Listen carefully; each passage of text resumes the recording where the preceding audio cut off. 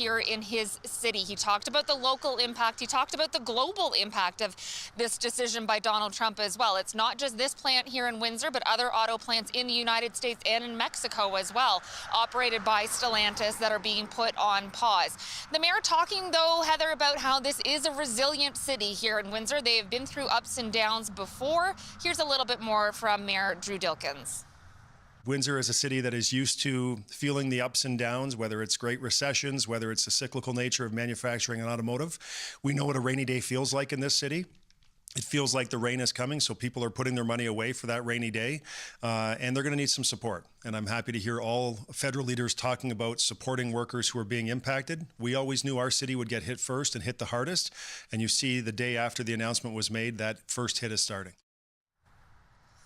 And now his attention, Heather, turning to how to support these workers that are laid off as of Monday. And the hope is that it is only a 2-week layoff.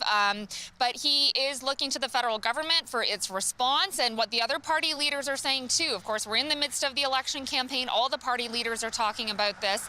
And Drew Dilkens talking about the retaliatory measures that were announced by Mark Carney yesterday.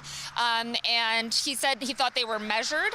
And also, let's see how that plays out. But he says he's now looking for certainty, Heather, in terms of the support for the workers. That's what he would like to see happen next. And he's also saying that he would like to see Canada and U.S. sit down at the negotiating table and start talking sooner rather than later about the future of the trade relationship between our two countries.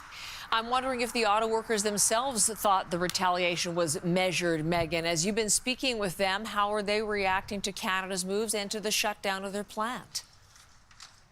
You know, I spoke to one worker yesterday, Heather, who is just weeks away from retiring at the end of the month. And he told us he's sort of feeling a sense of relief that he's not going to have to go through these ups and downs, and this feeling of uncertainty that is facing these workers here at this plant. I've been hearing concerns for each other. You know, some of these workers, the older workers telling me they're concerned about the younger workers, some of whom are just starting out in their careers. Let's take a listen to a little bit more of what workers were telling me when I was here yesterday afternoon. This is just the start of it. You know, it's gonna be like an infection through the entire city. So it's catastrophic, really. I worry about the new hires for Stellantis. A lot of them don't get what some of us have been here for years get, and I'm kind of more worried about them. Some of them have left their jobs, and they're really scared. You know what I mean? We can't make any move in our lives. We are very worried. We can't we're even able to put food on the table because of the layoffs that's happening. And that last worker there, Heather, he's a father of 3, including a newborn baby. He, as you heard him say, worried about what lies ahead for people like him trying to support his family. He also told me, in terms of the election campaign and what he's looking to hear from the party leaders, he said he doesn't want to hear them fighting with each other and trying to make the other leader look bad and that negativity. He says instead of fighting with each other, they should be fighting for Canada. And he said the #1 focus should be on fighting against these tariffs. He said Donald Trump is the problem, and he wants all those party leaders to be focused on that. Megan, thank you very much. Megan Fitzpatrick, live in Montreal. Live in Windsor. I apologize. We're going to look live at Montreal because that's where so many of the party leaders are going to be making announcements today. We're going to hear from Liberal leader Mark Carney, from NDP leader Jagmeet Singh, from Bloc leader Yves-François Blanchet, all in the Montreal area. And they'll be coming up. We'll hear their announcements in full here on CBC News Network. Our chief political correspondent, Rosemary Barton, joins us on Fridays, and she's standing by to talk about the state of the campaign on this day 13. That's coming up on CBC Morning Live.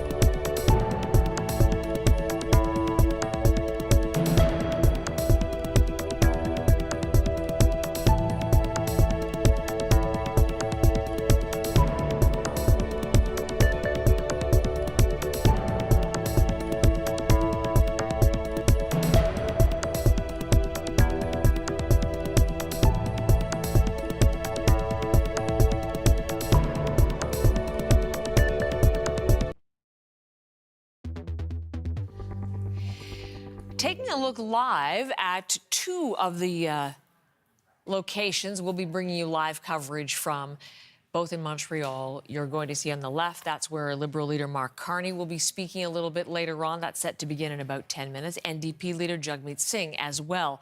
Both scheduled to start at 9:30 a.m., and we will listen to both as they unfold in their entirety. And also the Bloc leader Yves-François Blanchet from Vaudreuil-Soulanges speaking a little bit at the same time, and we'll listen to his campaign announcements on this campaign day 13. And Rosemary Barton in position already, getting set for Rosemary Barton Live on the weekend, but on this day 13, leading our coverage of the federal election. And welcome back to our Friday conversation, Rosemary. Thanks, Heather. Appreciate it. Lots to talk about once we listen to the leaders when they get underway with their speeches. But until we do, let's revisit the most important campaign indicator we've had, and that is the Cinq Chefs special last night on Radio-Canada. I know you were listening because I was watching At Issue last night. What did you learn? What impressed you most, or what were the things that you took away most from that Radcan special? I mean, it's a really good format. If people, obviously, if you don't speak French, you probably weren't watching it, but it's sort of each leader in the hot seat, kind of like a job interview with three journalists asking questions on sort of broadly the same themes, but particularly more pointed, of course, to the two leaders most likely to become prime minister.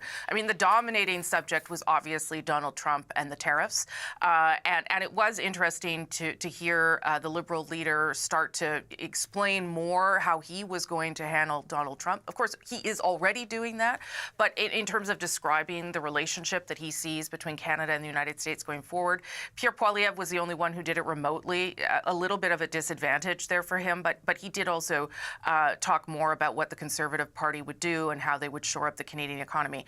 I think it is relevant, though, Heather, to talk also about language capacity in this instance. Mark Carney definitely is the weakest French communicator, and you saw that last night, even though it was a fairly relaxed moment. It wasn't a debate, right? It was a Q&A. He struggled a little bit. It was a little bumpy. A couple times an English word would sort of fly out of his mouth, but he was understandable and understood what people were saying. And as you know, as someone who lived in Quebec for a long time, Quebecers are quite forgiving as long as people are trying very hard. I was going to say sometimes a lot of English words fly out of Francophones both in Montreal anyway on their own. Yeah. But that happens. But he even joked about, I'm no Victor Hugo, gave himself a 6 out of 10 ranking so far, so he's aware of it. I mean, will it pass muster? Will it be enough, do you think, with Quebec voters? I mean, listen, the Liberals are ahead in Quebec, right? And their competitors are the Bloc Québécois. I thought one of the more revealing moments in terms of whether Carney understands Quebec society came when he was asked to explain sort of what Quebec means to him.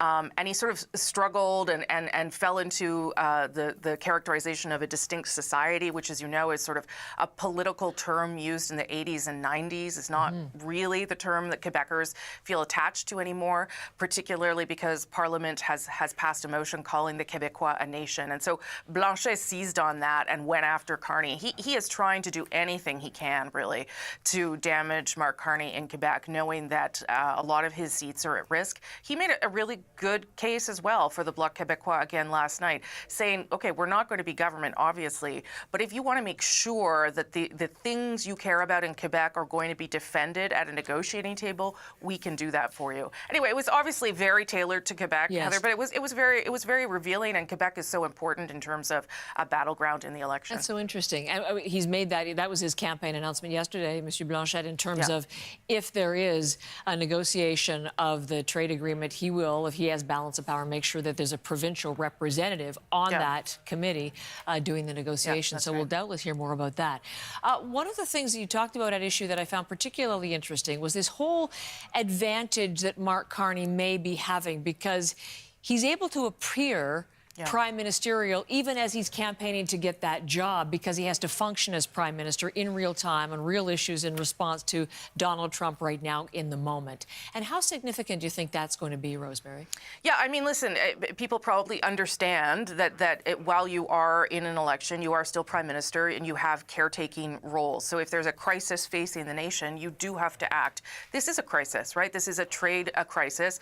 And yesterday, the vast majority of Canadians, public public opinion polls show that they want the government to respond. They want counter tariffs put on the United States for now. So that's what he did, matching those auto tariffs by 25% and laying out a plan to help auto sector workers who, as you've been talking about, are already so deeply affected. So he could not have ignored that moment and done his job as Prime Minister. But there is, for sure, an inherent advantage of being able to do that, to being able to show, as you are in the job, how you would continue to do the job. And when the ballot box question seems to be circling around the question of leadership, and much less about, as Althea mentioned on At Issue last night, much less about, particular policies, I think that then it becomes hard for everybody else to sort of gain any ground on Mark Carney. So from a strategic standpoint, was that the reason Pierre Poilievre and the Conservatives organized that keynote address in Toronto? Because it really did enable him to appear very much in the Prime Minister's guise in terms of how he would respond to the tariffs and the Trump threat. Yeah, I mean, it was sort of a pretend keynote, right? It was not an invitation to a chamber. It was not an actual group of people. It was a group of conservatives that they organized so that Pierre Poilievre could give that speech and, yes, look like a leader and look like someone who could take on Trump. He is increasingly talking about this because he has to some extent, but it's a very fine line for him. He even said last night in that French debate, I'm not going to drop all the things that I've been talking about so successfully for 18 months around cost of living. I think I can do both. So he's trying to do both of those things. It's not clear to me whether that's resonating yet. When you look at the polls and when you even just talk to people, right? Most Canadians are looking at the person in the job and how he's already doing things versus the person who wants the job. And that's the gap that Pierre Poilievre still has to close. It's still possible. Listen, we're, as you said, we're on day 12. I think the debates will be a real key moment for the Conservative leader to demonstrate what he can do and how he is different. And you hear him as well, Heather, just leaning in as much as possible on this question of change, that Liberals should not have a fourth mandate, because it would be a fourth mandate, but it would be in a different direction with a very different leader. And that's what Poilievre is fighting against. And it has been very, very challenging. It is even more challenging, though, as you well know, for the NDP and the Bloc Québécois, who are in a completely different kind of campaign. And I would argue in a completely different kind of race as well, because they are obviously, the NDP leader is not going to become Prime Minister. Can I ask you, use the word drop, something else that's dropping is the number of candidates. We're up to 6 now so far before the final slate, the deadline coming up next week. 4 for the Conservatives, 2 now for the Liberals. Is there anything unusual in that number? Is that unusually high? Does it speak to anything as we look back at social media history and things of that nature? Is there anything that stands out to you in 4 going for the Conservatives, 2 for the Liberals? Yeah, it's not unusual. This happens at this point of a campaign where Oppo research, so opposition parties have done research on one another and they start to push it out the door. Okay, we found this, social media comment or that.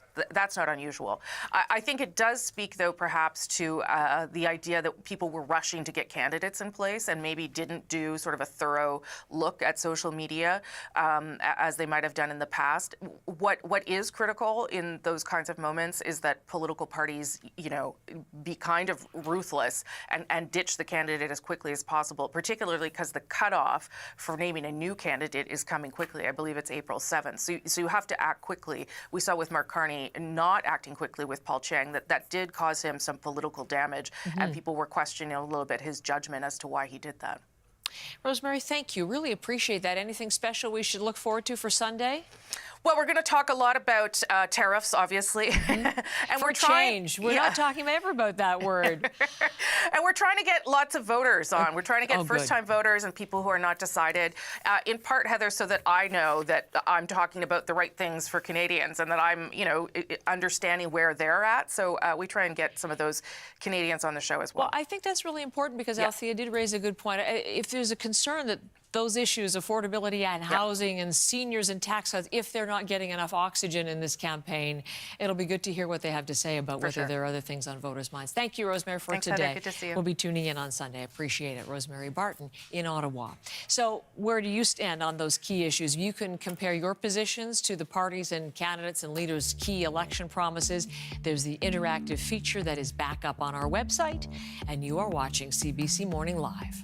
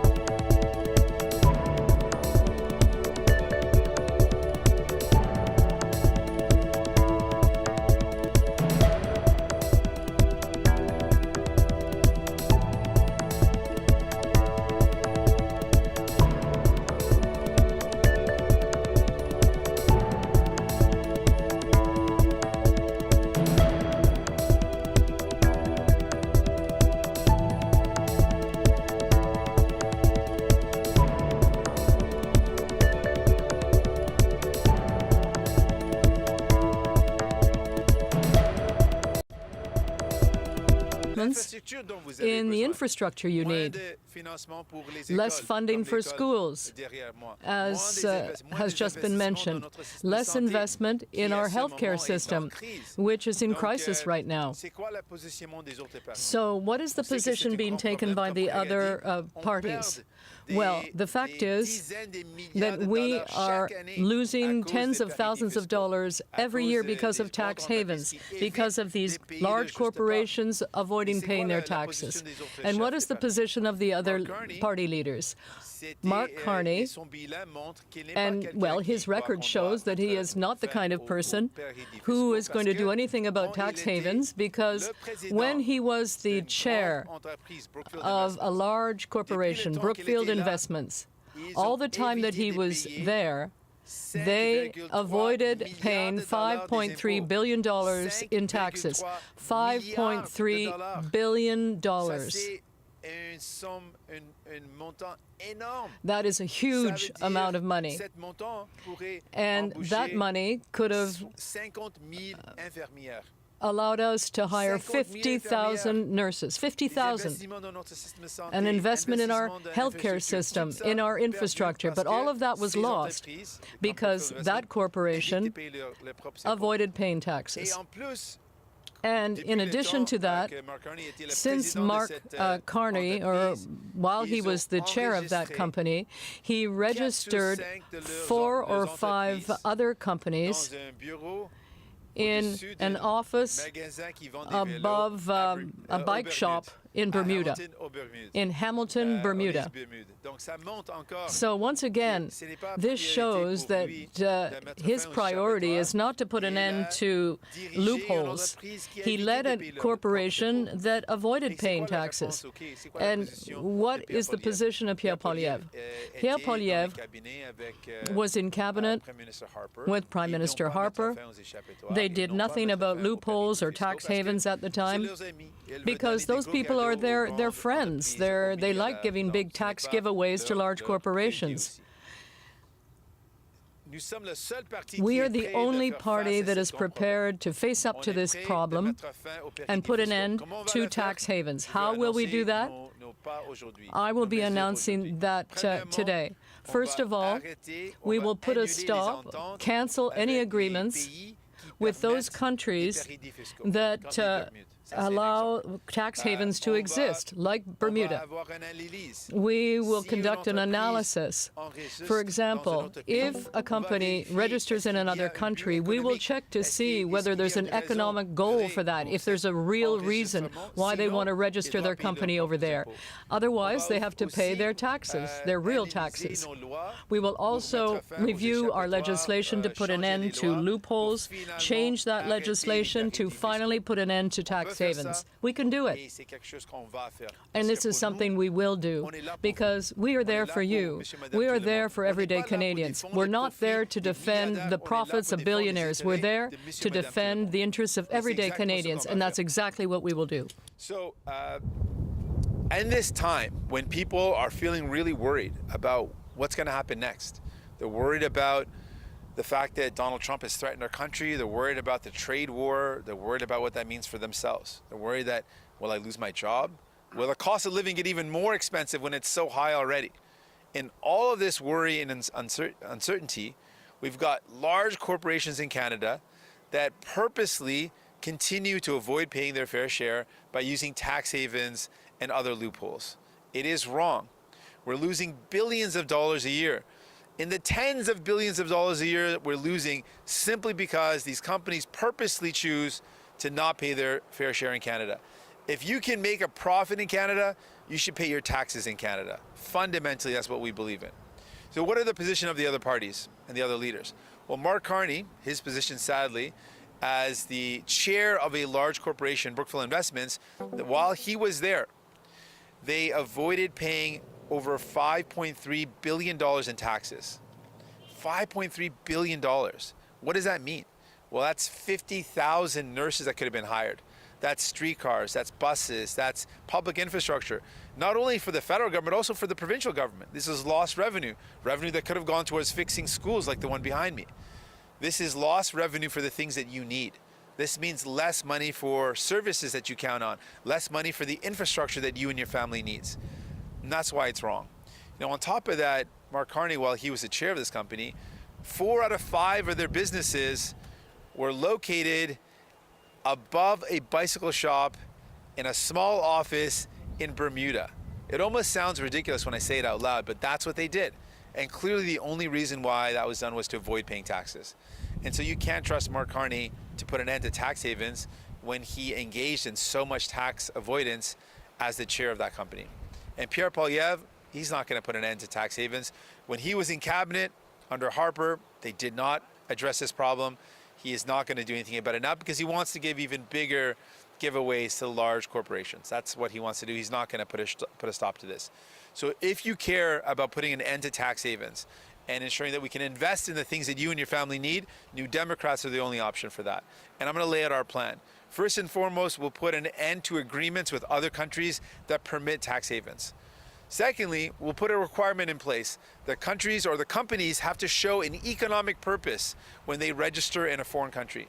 And if there isn't an actual economic purpose, then they still have to pay their taxes. We'll do an analysis of the existing laws to find any loopholes and put an end to them to stop tax havens from being allowed and to end the loopholes that allow companies to avoid paying their taxes. We believe that if you make a profit in Canada, you should be able to contribute back to this country. You should be able to contribute to the services that allowed your company to make money in the first place. So New Democrats are in it for you. We're not trying to protect the profits of billionaires. We are fighting for you and your family to have the services and the infrastructure that you need.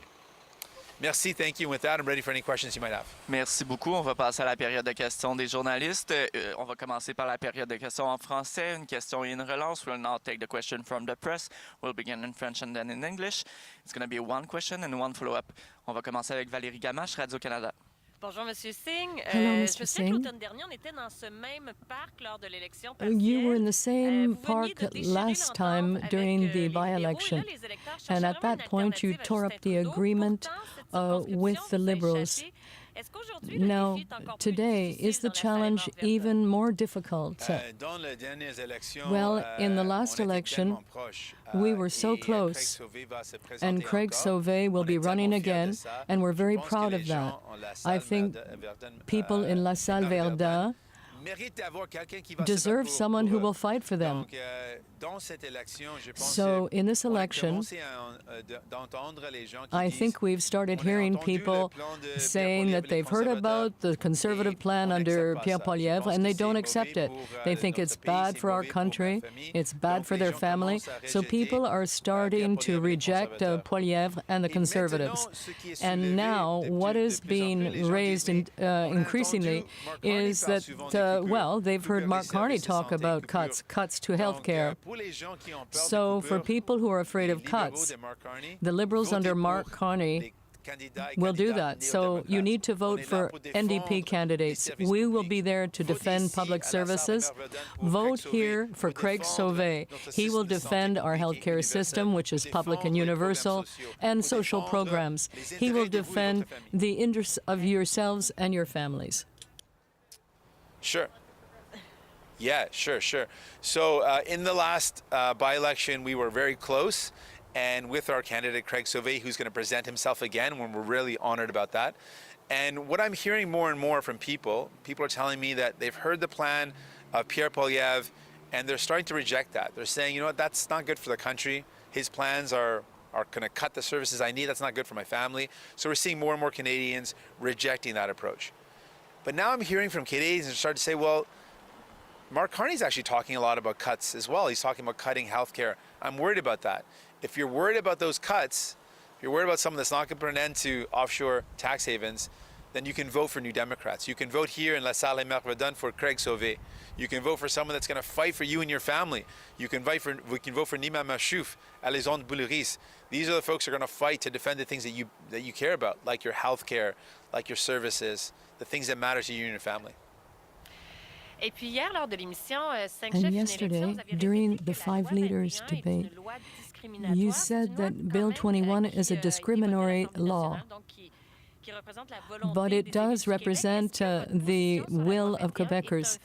Is your position on this an obstacle to victory? Well, I know that there are a number of Quebecers who are also against this legislation, and that's why we have courts of justice, because sometimes discriminatory laws are passed and they have to be challenged because they are discriminatory. I am very deeply in favor of a separation between religion and state. That's fundamental in a democracy. I support that idea. But it's not about that. It's about protecting a society where no one can impose his religion on someone else. And that's why we need laws to protect people, not laws or rules that discriminate against people because of their appearance. Sure. Yeah. I believe profoundly in the separation of religion and state. I think it's fundamental in a democracy. New Democrats support that separation fundamentally. No one should be imposing religion on someone else or religious views on someone else. Not at all. But that's not a question about what's on your head. It's about a question what's in your heart, what's in your head.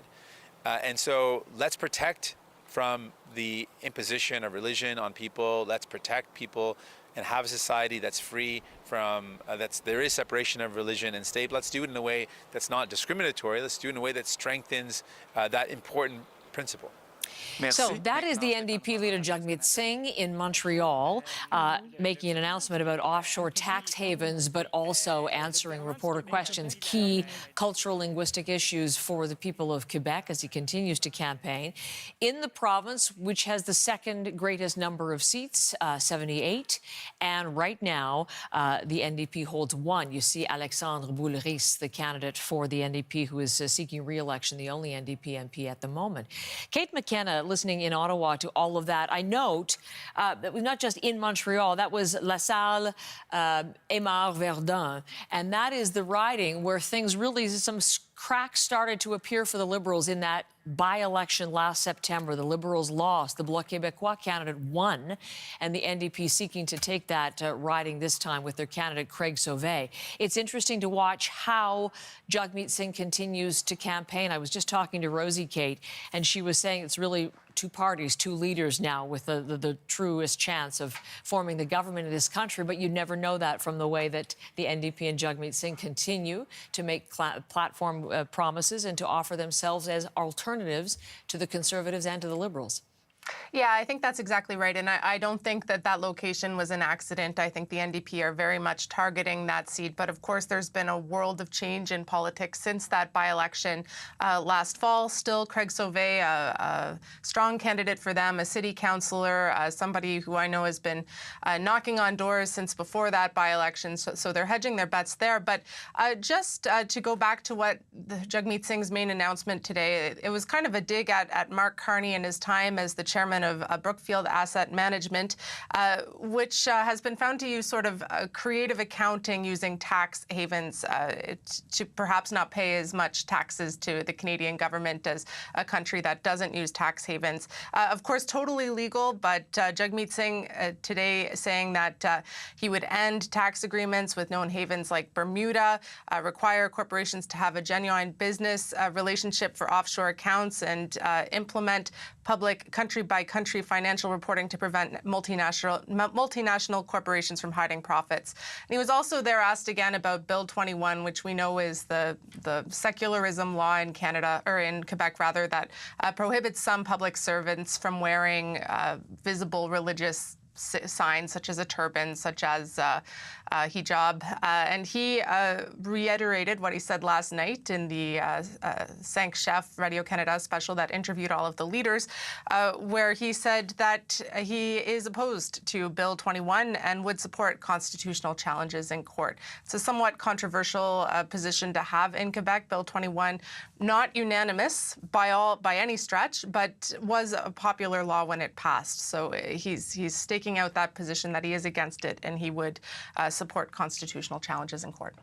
So we'll be listening in as he continues to answer questions there in Montreal. But Kate, stand by with me if you would, because what we're going to do is take you next to Mark Carney, the Liberal leader, also taking part in that 5 Chefs Radio-Canada special last night, and now moving for an announcement on culture, we expect. He is in Montreal. His remarks began just a few minutes ago, but we're going to play them for you now in their entirety as we continue with political coverage on CBC News Network. Merci beaucoup, Stephen. Merci, Marie-Gabrielle. Bonjour tout le monde. Hello, everyone. Avant tout, First and foremost, I want to come back to events of the last few days. I know that a great many Canadians are worried, and that's perfectly normal in the face of significant changes that we're seeing today. The weeks and months to come will not be easy, but we will not abandon you. We will fight against these tariffs. We will protect workers and businesses who are most affected by this. We will build a Canada that is stronger than ever before. Protecting Canada and our sovereignty and identity means protecting our culture. And that is why we are here today. By walking through the streets of Montreal, you see and you feel that there is a real pride in Montreal, in Quebec, and in all of Canada. Montreal is rich in history, but Quebec culture is not a thing of the past. It is something that Quebecers experience and promote on every single day, along with the French language. French culture and language are at the center of Canada's identity. And today, that identity is being openly threatened by the President of the United States. President Trump wants to assimilate our culture, this culture that defines Quebec and all of Canada. But we will never let that happen. We will protect our culture. We will protect the French language. We will protect our way of life. We will protect Canadian identity. To do that, we must protect those institutions that promote and defend our culture and our identity around the world. One of those institutions is Radio-Canada, CBC. Across the country, Canadians rely on CBC Radio-Canada.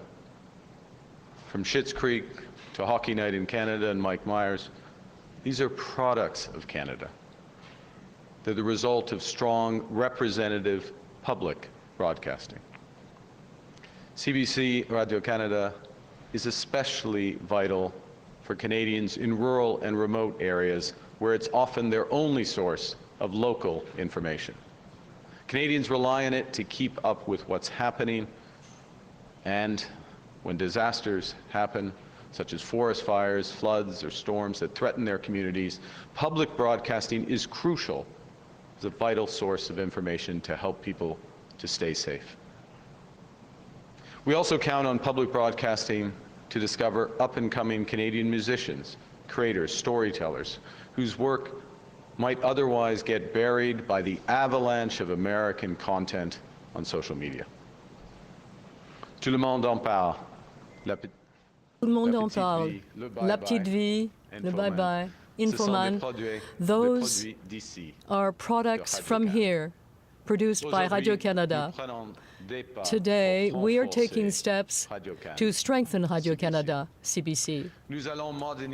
We will modernize the governance of Radio-Canada, CBC, so that it is more transparent and effective, and give management the tools they need to innovate.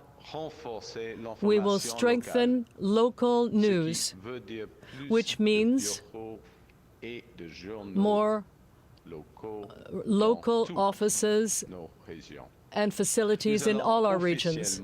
We will officially give Radio-Canada CBC the mandate to provide in real time news regarding emergency situations, information that can save lives.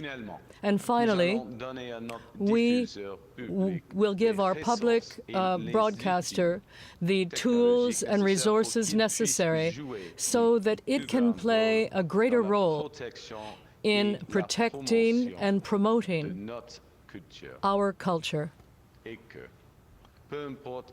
And whether it's in the cities or in the regions, all Canadians need to have access to high-quality news and information. As we are in the midst of foreign disinformation on a daily basis, a reliable source of news and information has never been more important. And we cannot ask all of that of our public broadcaster without giving it the necessary resources to do so. When we compare ourselves to the UK, France, or Germany, we see that our public broadcaster is underfunded. That has to change. My government will begin by increasing its funding by $150 million a year. We will ask Radio-Canada CBC to develop a strategic plan that is consistent with that new mandate. We expect that in the coming years, we will continue to increase that funding until it can be compared to that provided by other public broadcasters. We will ensure that its funding is authorized by Parliament in full, and not only by Cabinet. Canadians themselves and their entire Parliament must decide on the future of Radio-Canada CBC, not ideologues.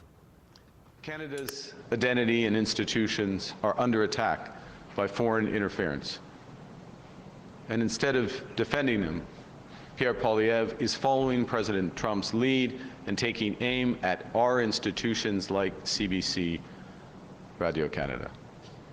Pierre Poilievre pretends that you can keep one but not the other. But he's not Solomon. You can't split this baby. His attack on CBC is an attack directly on Radio-Canada, and it is an attack on our Canadian identity. If elected, my government will take action to enshrine and protect and strengthen CBC Radio-Canada for generations to come. We will modernize the mandate of our public broadcaster. We will give it the resources it needs to fulfill its renewed mission and ensure that its future is guided by all Canadians and not subject to the whims of a small group of people led by ideology.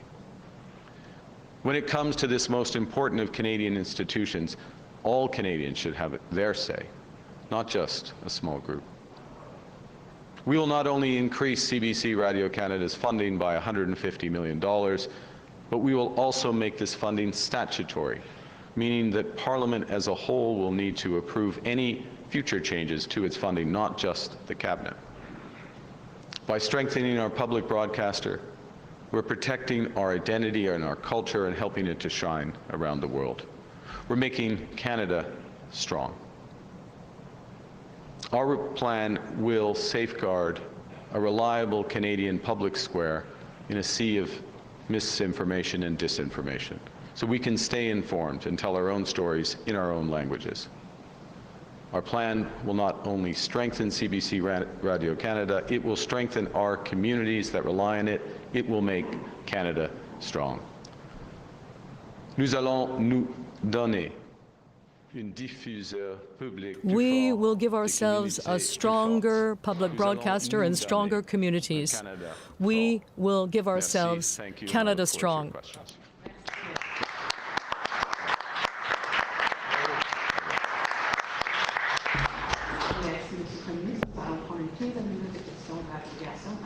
sur les questions et le dialogue. C'est pas ça qui est notre question pour faire une question suivante. Judy Trin, CTV News. Good morning, Mr. Carney. You were at the helm of a company that quite clearly registered much of its business in Bermuda to avoid paying taxes, including, as CTV News reported, registered to an address of a bike shop in Bermuda. You have said that this is the way the world works, and that in the case of pension funds, that leaves more money for pensioners. But in this case, it looks like just plain tax avoidance. This may be a legal practice, and as you say, as the world works, but is it ethical, Mr. Carney? First off, I'm no longer at Brookfield. Secondly, this follows, their arrangements follow the rules, including the tax rules of this country, other countries. And thirdly, as you mentioned in your question, that the structure is organized so that Canadian pension funds can get the most benefit for those pensioners, which are teachers, retired first responders, and public servants. Thank you.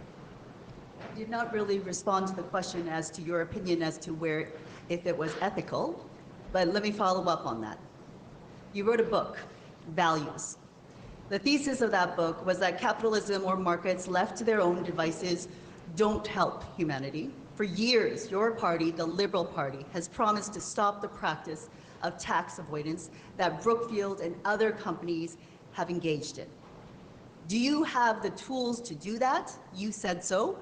When are you going to release and tell Canadians what those tools are, and when will you implement them?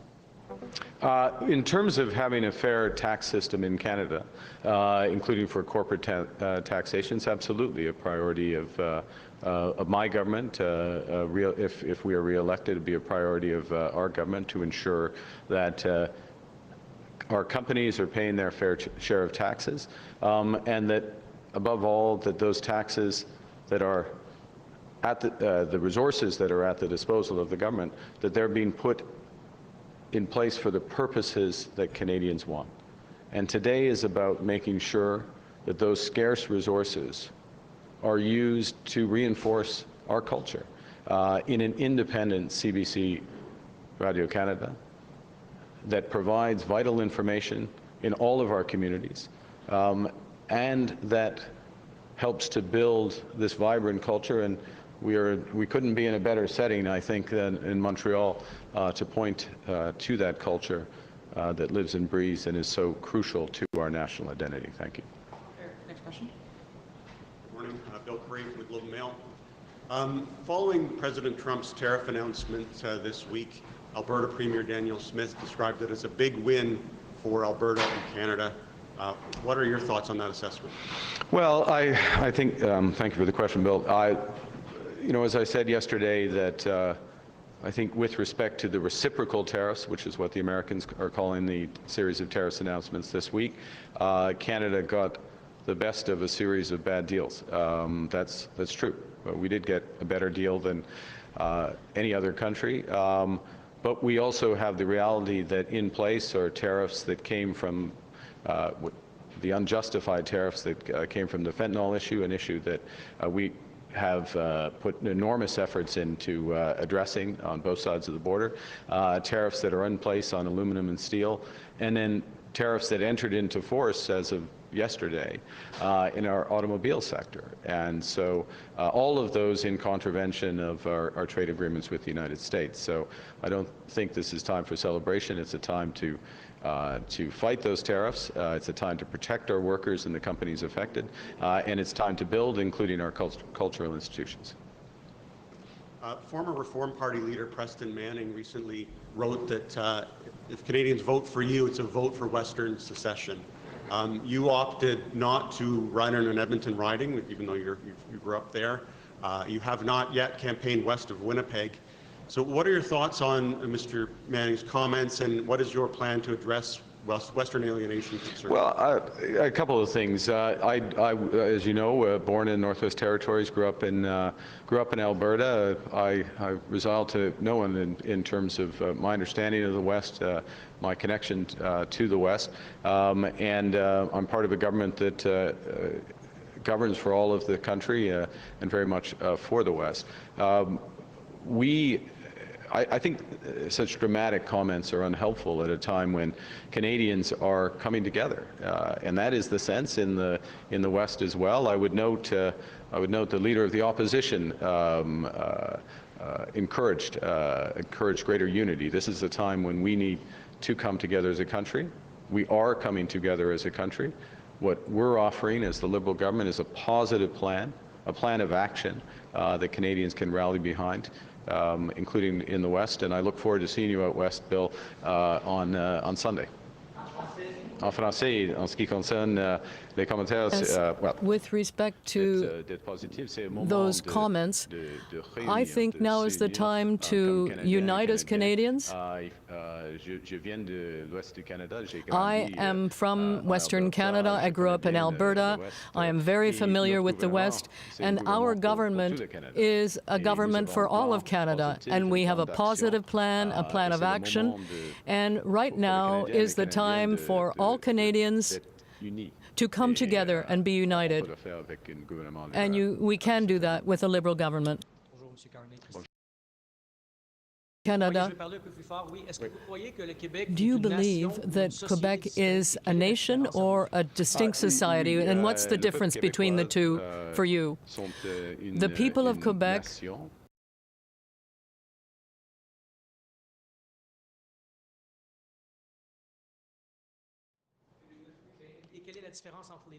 What is the difference between the two, in your opinion? L'idée le peuple québécois d'être nation, comme le Parlement. As I say, the people of Quebec are a nation.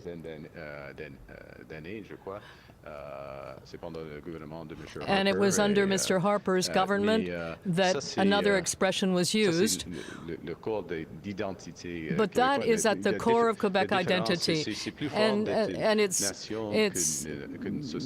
stronger to be a nation than to be a distinct society. Well, what I just said was that the Quebec people constitute a nation within Canada.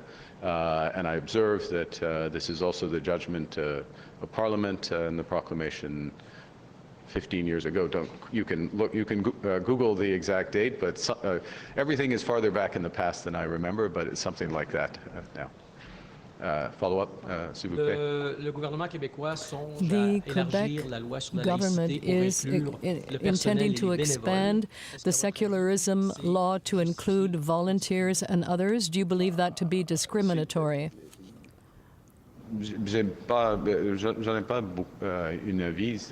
I don't really have an opinion on that. The question for me,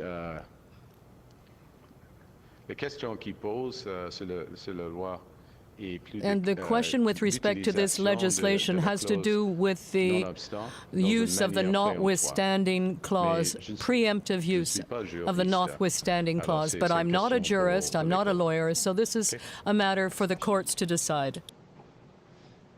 Morning, Mr. Carney. Morning. Canyon, CBC.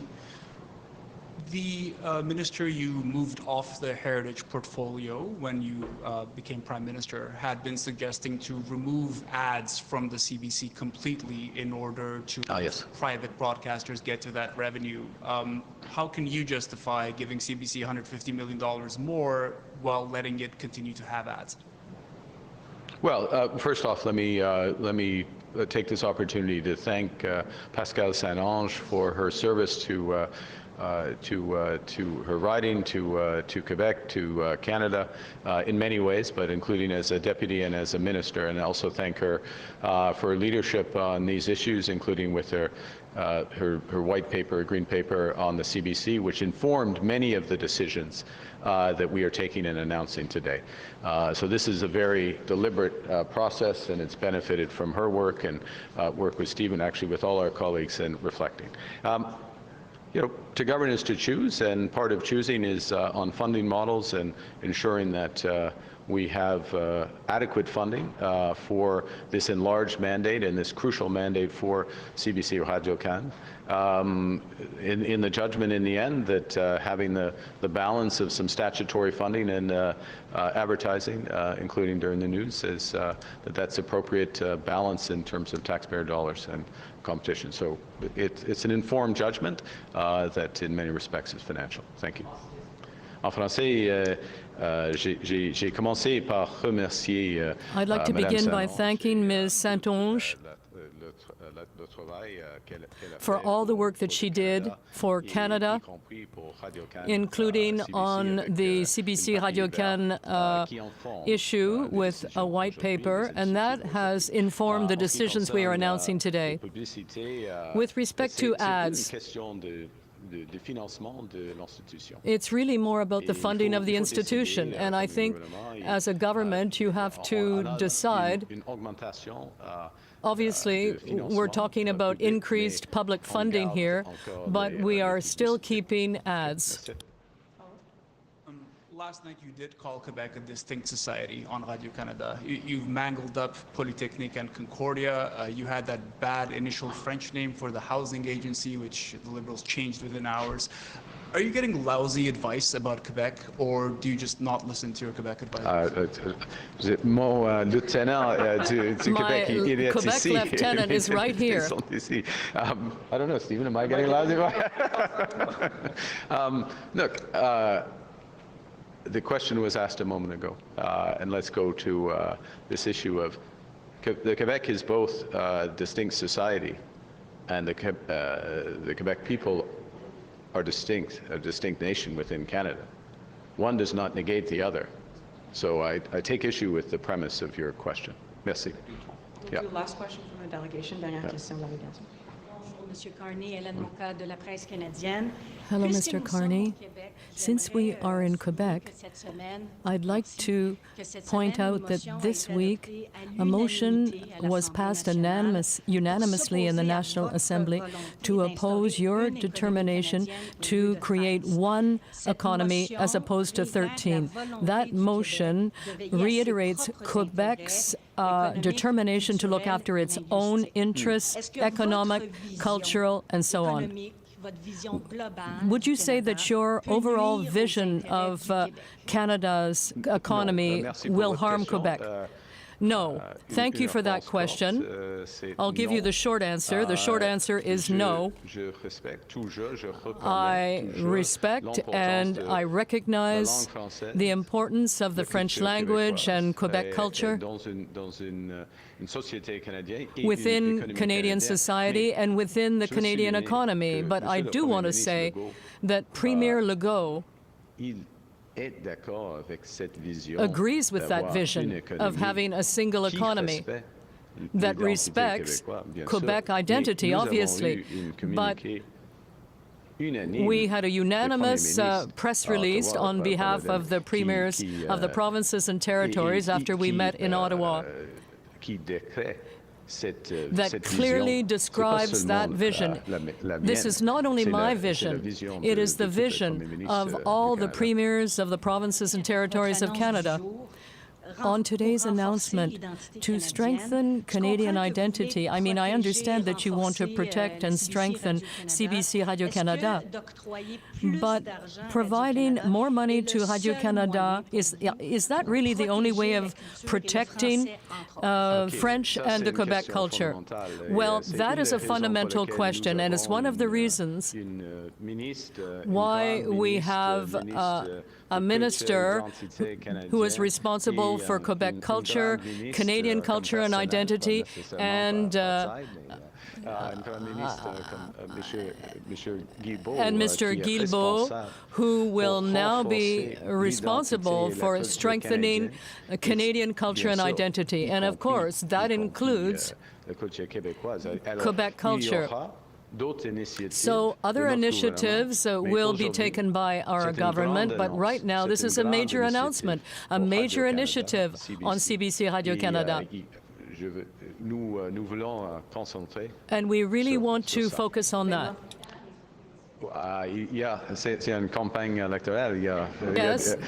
Yes, it's an election campaign. There will be other days. Hello, TVA. Hello, Mr. Carney. You showed the door to a candidate who made pro-Hamas comments, but you refused to get rid of Mr. Chang as a candidate. Well, Mr. Chang actually resigned, and that was his own personal decision, and that was the right decision. C'est fini pour lui. It's over for him. Yeah. Well, he asked me why. He asked me one and the other, and I said that with respect to Mr. Chang, he's resigned. That was the correct decision, and Mr. Loyola is no longer a candidate. C'est une question locale. Is this a local question? C'est pas exactement. In terms of your candidate selection process, do you think it's sufficiently robust in the Liberal Party? In general terms, I would say yes, but if there's a problem, it has to be fixed, and that's exactly what we did. Last year, the Trudeau government asked the Canadian Industrial Relations Board to deal with a dispute at the Port of Montreal. Now, would a Carney government interfere in labor disputes? Obviously, our preference is not to do so. We have a great deal of respect for unions and for the free bargaining process. But at the same time, there needs to be some way to ensure that the trade corridors are protected and so that it works well for workers and for companies. Hi, Amelia Fournier from La Converse. Montreal is a cultural capital. It's also a renter's capital in Canada. It's getting harder for artists to survive out here. New builds actually have higher vacancy rates than older buildings because their starting rents are much higher. And my rent can go up to a minimum of $100 a month this year with the new housing tribunal regulations. So I'm wondering, beyond building more housing, what the Liberals' plan is to protect tenants in Canada and make living here actually affordable. Well, I want to underscore, I know that's part of what you don't want me to talk to, but we are not going to solve these issues in Montreal, across Quebec, across the country, the very real challenges that you're raising, unless we build a ton of more housing, to use a technical term, but literally to double the amount of housing. And part of what we're doing is going exactly to the challenge that you're facing, because in effect, government, including the federal government, got out of the business of building affordable homes. We got out of the business, and we have to get back in the business in several ways. Part of it is as a catalyzer of building affordable homes, but also providing clarity about the scale of building that's going to happen and the type of building that can happen, so we can build those homes much cheaper. So just to be specific, we're looking to double the amount of homes. We are putting in tens of billions of dollars to finance the building of that. We are changing the regulations and the specificities of those homes to catalyze prefabricated modular mass timber homes, better for the environment, but 20 to 25% cheaper in terms of delivery of home. And all of that will help shift the balance. Not overnight, I understand, not overnight, but in a way that's going to make a true difference. Who's going to be setting the rent price for those units? Well, many of those regulations are at the municipal level, and we respect levels of competencies of governments.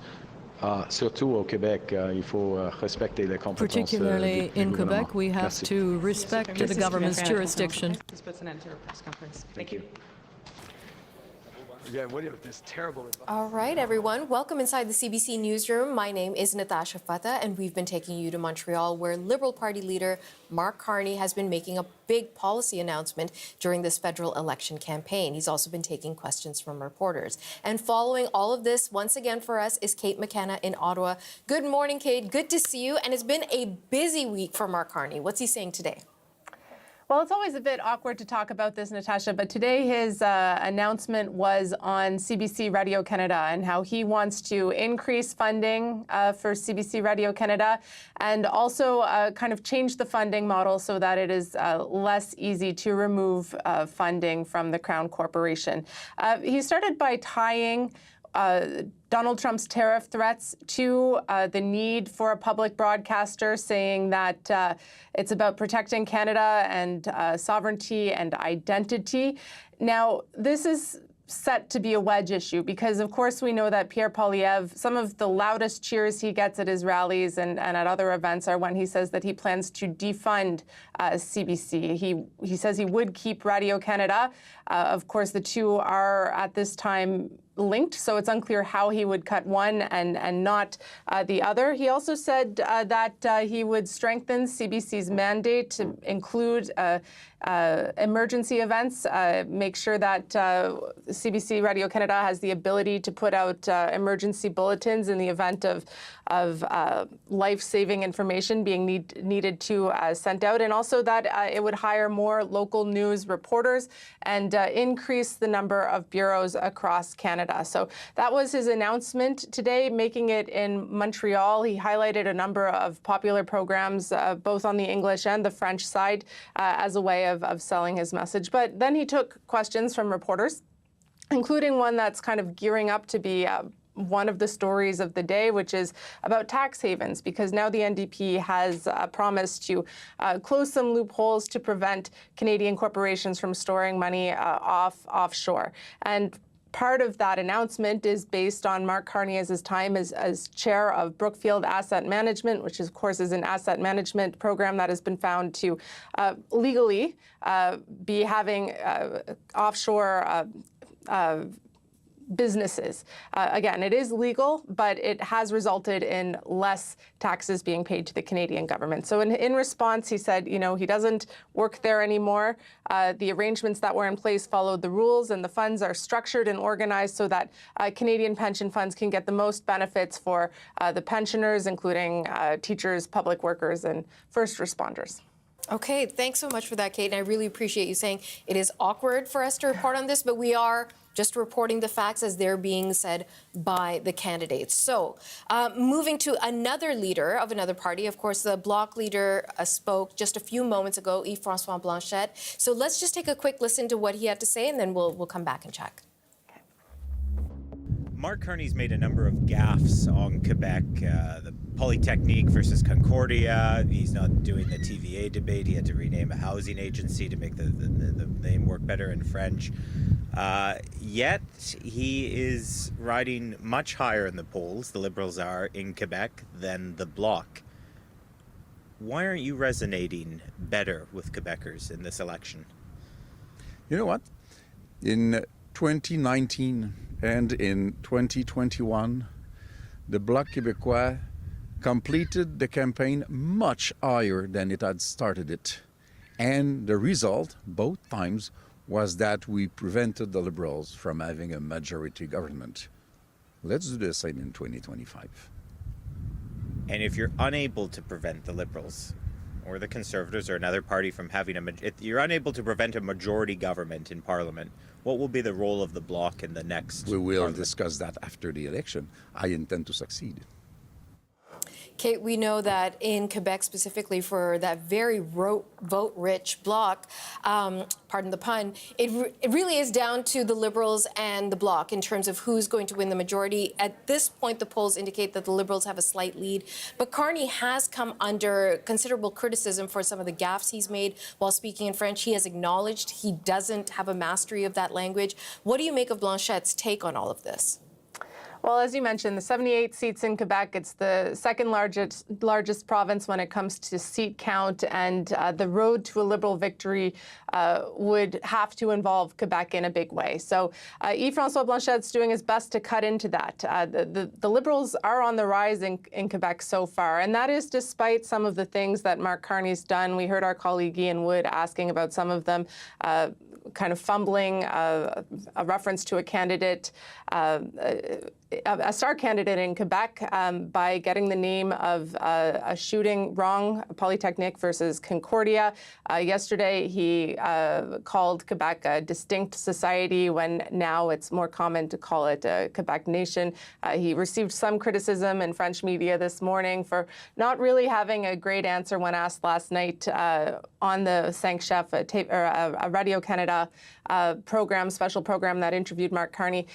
He seemed to fumble at the beginning when asked what was it he loved about Quebec, or what is it that makes Quebec special. So all of those things Yves-François Blanchet has really hammered in on. He says that he is the best candidate to stand up for Quebec interests. He says he knows Quebec, he can defend Quebec, and once again he's asking for sort of the balance of power in a parliament when there is an election, so that he can very effectively advocate for those Quebec interests. So far, we haven't seen that resonating in the polls, but we know that polls are a lagging indicator, so we'll have a better sense next week whether or not his pitch is taking root. Kate McKenna in Ottawa. Thank you, Kate. You're welcome. All right, let's move from the federal election campaign to the other big story we continue to watch, because we have developing news on America's trade war with countries around the world. There are new aftershocks in that seismic jolt to the world's economy. China, an economic superpower, is retaliating against the United States, and that has accelerated the sell-off on the stock markets. On social media today, U.S. President Donald Trump stated that U.S. policies will, quote, never change, as he tried to reassure investors.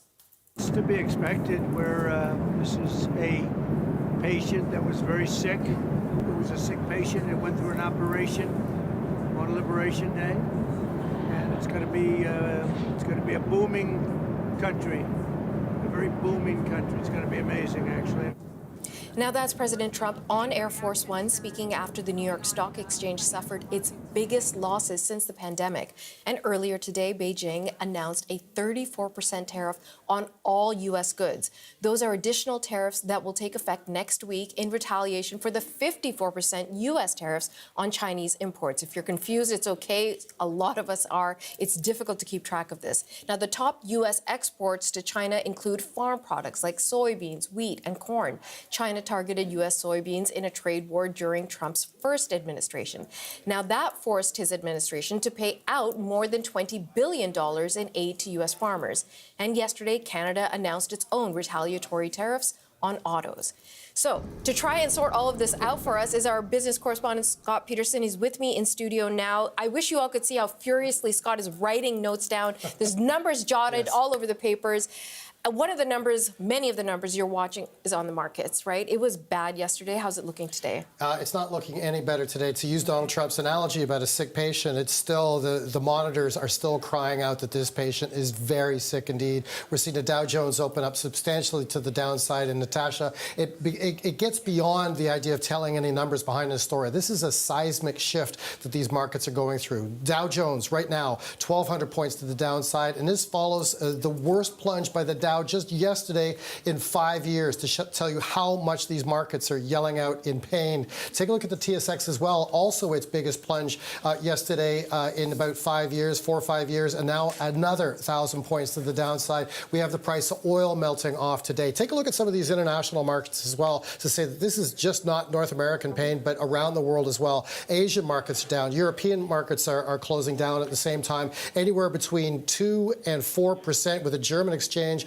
closing down about 4.5%. And I mentioned oil as well, down another $5 a barrel this morning. It was down 6% yesterday. We're down at 4-year lows for the price of oil. And this means if the economy is slowing, and this is what the markets are worried about, a so-called stagflation, where we have rising inflation with all the tariffs, and yet a slowing economy, there would be less need to consume oil. Here's one analyst, Jim Cramer on CNBC, talking about how really Wall Street was following following Donald Trump to a certain degree, but when they looked at the tariff announcement itself, said in Jim Cramer's words that it was Bush League. Over and over again, the president said, listen, it's going to be reciprocal. So you do it, we do it. And that was going to be so good. And I really believed in it. And I feel like a sucker tonight because I am not a free trader and I do not believe in free trade. And I was just as tough, if not tougher, than his people. But they screwed it up. So Bloomberg economic surveys shows that about $3 trillion of U.S. Imports are set to have an average increase of about 23%, and that's before the retaliation by China. So if that's the case, that's passed on directly to the consumers, and so there's this big trouble. J.P. Morgan saying that there's a 60% now chance of a global recession as a result of all these tariffs. Oh, yeah. Okay, a lot more pain to come. Let's talk about these new tariffs coming in to the Canadian auto sector and also the impact it's having on Canadian employment. What are you seeing? Yeah, already in the month of March, we saw the biggest job loss in the Canadian economy going back in 3 years. 33,000 positions were lost in the Canadian economy. Our unemployment rate ticked up to 6.7%. And what this shows is even just the threat back in March of the tariffs hitting up was enough to suppress the market. Business likes certainty, and there's not a lot of certainty right now. And so we're seeing potentially a lot of hiring being done by the U.S., not necessarily by Canada, and get ready for more of those ugly numbers going forward at the same time. Okay, thanks so much, Scott. Thanks, Tasha. Okay, we were talking about so much happening in Washington. Why don't we go there and see our friend Katie Nicholson, who's joining us now. So, Katie, Donald Trump has downplayed the huge losses on the world stock market. He said it's temporary pain, long-term gain. But he's had much more to say, as have the newspapers that are responding to the story, covering this story. What are you seeing? Yeah, you know, tough to be in the White House press office right now and have to combat these types of headlines that we're seeing. So Wall Street Journal, stocks suffer steepest slide since 2020. All those sort of downward strokes, lots of red, onslaught of tariff ripples across the globe from the Washington Post. Tariff shock waves circle the globe, New York Times, and those plunging things go all the way down to the sort of the bottom half of the paper there. And we got the Financial Times, world reels from Trump trade shock. So those are the headlines. And now for the mixed messaging. Are these permanent tariffs or a negotiating tactic? And it really depends on who you ask and when you ask them. I just think about how Treasury Secretary Scott Bessent, right out of the gate, was saying, don't retaliate, take a breath, think about your own trade policies instead. And then last night, the president himself on Air Force One on the way down to Mar-a-Lago, really speaking of these tariffs in the vein of a negotiating tactic. Here's a little bit of Donald Trump right there. Those tariffs have come in, and every country's called us. That's the beauty of what we do. We put ourselves in the driver's seat. Are you open to deals with these countries if they're calling you? Well, it depends. If somebody said that we're going to give you something that's so phenomenal, as long as they're giving us something that's good, the tariffs give us great power to negotiate. Always have. I've used them very well in the first administration, as you saw, but now we're taking it to a whole new level because it's a worldwide situation. It really is. And at the same time, you have the White House press secretary saying that this is not a negotiation, and Commerce Secretary Howard Lutnick saying that these tariffs are here to stay, and that, frankly, he doesn't see a world in which other countries are going to be able to make enough shifts or changes to strike a deal. So all of this mixed messaging just making it so extraordinarily difficult for global markets, for businesses and countries to get their heads around a response. And in the face of all this mounting worldwide anger, Donald Trump himself this morning posting on his social media, we'll pull this one up first, to the many investors coming into the United States and investing massive amounts of money. My policies will never change. This is a great time to get rich, richer than ever before. Posting that just before the markets, as well as this TikTok that suggests that all of the market chaos is part of an ingenious plan, that he's playing chess while everyone else is playing checkers. And then you've got the Secretary of State, Marco Rubio, in Brussels today, also downplaying the market downturn, really saying that they will adjust, and even saying that it isn't even fair to suggest that economies are crashing. So that's the line that he's sort of pushing in Europe right now. Katie, those last set of remarks from Trump about being open to the right kind of deal on tariffs, that might have caught some lawmakers by surprise, might have caught them off guard. What are you hearing from Capitol Hill? Yeah, and there's been lots of lawmakers, Republican lawmakers, who have sort of signaled that they're uncomfortable. Some who have actually, voted, put sort of pedal to the metal there and sort of put their teeth behind some legislation or at least a resolution. There is pushback in the Senate, but really the messaging from what I would call the tariff true believers is consistent. They're sticking with this, and they are saying believe in President Trump. Here's Republican Chuck Edwards from North Carolina on Power and Politics with David Cochrane yesterday. Just have a little listen as he's defending the plan, and he's doing this interview just as the stock market has basically shed trillions of dollars. Oh, I understand there's a lot of speculation out there, a few skeptics, but let's give this a chance. The president made his announcement just yesterday. There's plenty of time for us to pull up to the table, have some dialogue. Okay, so again, there's someone who is suggesting this is a negotiation, but what we've heard from a former trade representative under President Obama is that tariffs, once they're introduced, they're very hard to walk back. And Democrats, of course, pouring cold water all over the notion that this is going to somehow usher in a new era of manufacturing in America. So here's a little bit of Senator Chris Coons from Delaware on Power and Politics yesterday. Big companies that invest in major manufacturing plants don't make decisions on a whimsical path of slapping on tariffs, pulling them back, putting on tariffs, pulling them back. Most major companies will look at this moment with Donald Trump and question whether these tariffs will really stay in place all that long. It takes years to plan, to invest in buying the site, to build the new facility. I'm not sure we're going to see a significant increase in manufacturing as a result of these tariffs. And Natasha, I just want to point out this. I've got a little bit of breaking news here for you. Fox News had this story earlier today suggesting that California Governor Newsom was going to try and strike deals, partnerships outside of this tariff structure with other countries. And indeed, there is a release now from his office basically saying Governor Newsom directs state to pursue strategic relationships with international trading partners and urges exemptions of California-made products from tariffs. In the statement, it's basically saying California is not Washington, D.C. Basically, just to break down here, as President Trump's tariffs take effect, Governor Gavin Newsom is pursuing new strategic partnerships with international trading partners and calling for California-made products to be excluded from any retaliatory measures and affirming California's longstanding commitment to fair, open, and mutually beneficial global trade. So that is another interesting development we'll be following throughout the day for you. Absolutely. Well, Catherine, Katie, excuse me, you were good enough to send us the press release, and he's really going after it. I mean, the video says Donald Trump does not represent all Americans. He's going on to say that California is the home of most Fortune 500 companies. The most AI companies are based in California, like really making a case for California as an independent market space that could work independent of whatever the United States is doing. Really fascinating times we're living in. Thank you so much for that breaking information. Our Katie Nicholson in Washington, and we will be back in just a moment.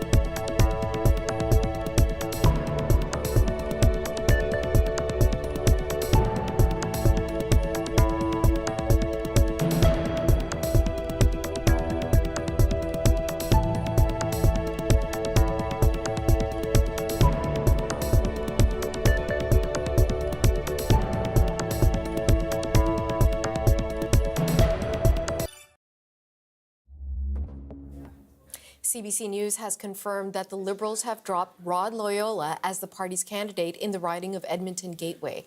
He had been under fire since a 2009 video emerged that showed him praising Hamas and Hezbollah during an anti-NATO protest.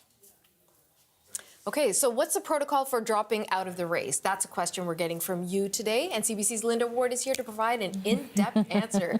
Okay, so this question comes from David, and he emailed us asking, what happens if the candidate withdraws from the race? Do they still tally the votes for that candidate? What happens if there's a replacement candidate for that party and the original candidate wins? Oh my gosh, David says he assumes the votes will be counted for the party. So what do you got? Yeah, so it's a timely question because over the last week we've seen a number of candidates either withdraw from the race, be dropped from the race for both the Liberals and the Conservative parties just over the last week alone. So it's something we're covering actively in the news. So what happens in this scenario? Well, candidates right now are continuing to be confirmed. That's going on until Monday, April 7th. That's the deadline. So the names are simply then just removed from the list and another candidate might be put on the list instead, and then their deposits will be refunded. Elections Canada says a candidate may withdraw at any time before 5 p.m. on the closing day of nominations, and any votes that are cast for the candidate at that election are void. Now, Elections Canada offices have been open and have been taking those votes since March 23rd, so it's possible that these candidates who have dropped out may have already received some votes. After the deadline, we're talking about a completely different story. Their names stay on the ballot. They continue to be a candidate. The party cannot choose a new candidate after the deadline. And the candidate that's on the ballot, even if they're not running, they still have to comply with certain rules, election financing rules, things like that.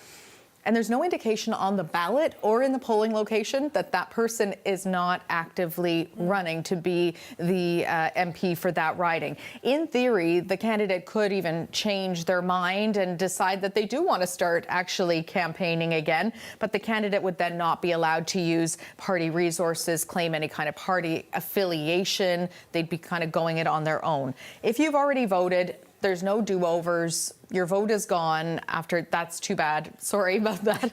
And if the candidate wins, which is a pretty unlikely scenario, but it is possible, they'd have to sit as an unaffiliated MP or look for a new party. If they choose not to serve, if they did win, then they would have to resign, and then there would be a by-election.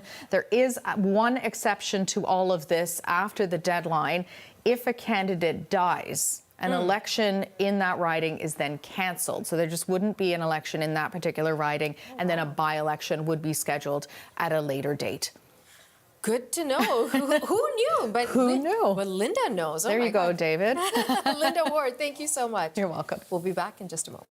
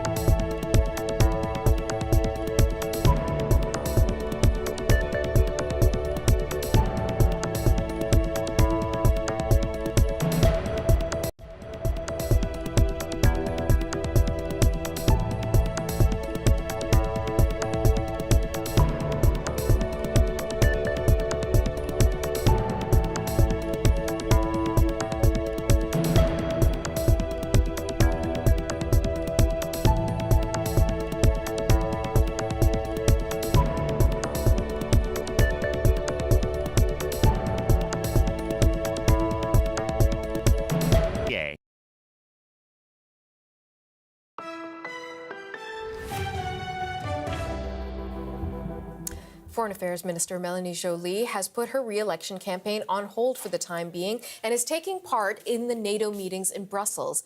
The members are there to discuss the future of the alliance and Russia's ongoing war on Ukraine. But Donald Trump's trade war and those tariffs loom large. CBC's Crystal Gamansing is in London with more on that meeting and also more on Canada's foreign minister and what she has to say. NATO foreign ministers in Brussels were keenly focused on security and unity, a pressure point this time around that included NATO's biggest player, U.S. The universal tariffs imposed by U.S. President Donald Trump and their impact on global economies and security, said Canada's Melanie Joly, can't be ignored. They want to do things differently, and we understand that. And that's why we will seek to make sure that we get to an agreement on trade, but also on security, because both cannot be siloed. NATO countries are being urged to spend more on defense. Canada and others have committed to doing that, but now there's the added economic pressure. NATO Secretary General Mark Rutte sidestepped questions about tariffs. He did, however, respond to a question about Article 2 of the NATO treaty, where nations are to promote conditions of stability and well-being for the benefit of the alliance. I don't think this is in breach of Article 2. No, I don't think so. We have seen in the past many examples of differences of view, of fights over tariffs. This has happened before without that being in violation of Article 2. While economic issues added a level of tension, leaders were united in seeking action on ending the war in Ukraine. The prospect of peace and ongoing efforts, something U.S. Secretary of State Marco Rubio spent a good deal of time addressing. To me, at the end of the day, what's going to matter here is whether we're going to move towards peace or not. If peace is real, we will know soon enough. If they're not interested in peace, we will know soon enough, and we'll make decisions on the basis. I hope they are real. Rubio said he is hopeful a deal can be reached, but would not say if the U.S. would be willing to impose a timeline on Russia. That was something other NATO nations had requested. Crystal Gamansing, CBC News, London.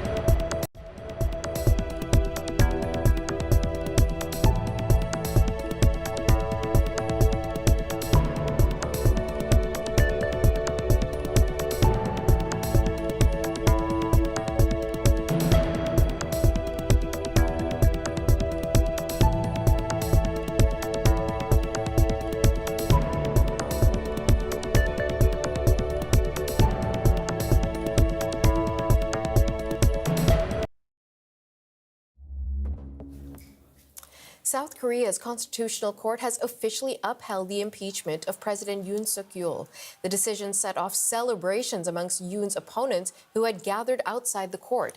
Now, this also paves the way for new elections. Yoon was impeached, as you might recall, late last year after he declared martial law in a failed attempt to break legislative gridlock. The death toll from the powerful earthquake in Myanmar last week has climbed past 3,100.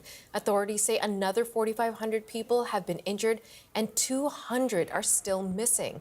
Rescuers are continuing to comb through the rubble for survivors in badly hit Mandalay, in the country's second largest city.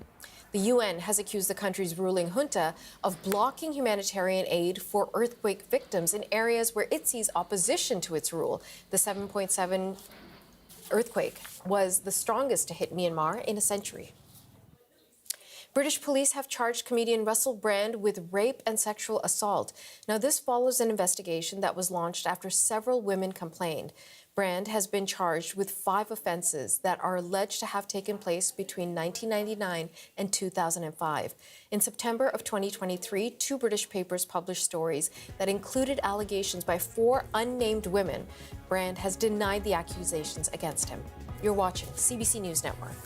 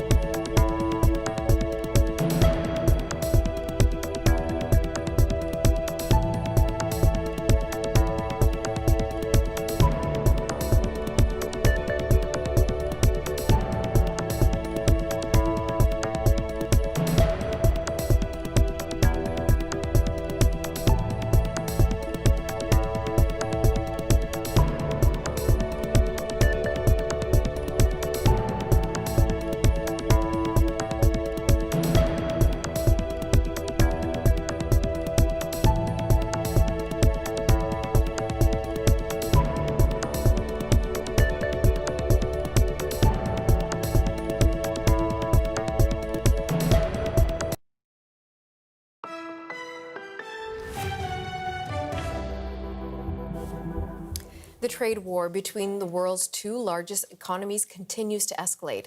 China is striking back at the United States after President Donald Trump slapped an additional 34% tariff on goods from the Asian superpower. Journalist Laura Westbrook is in Hong Kong with more.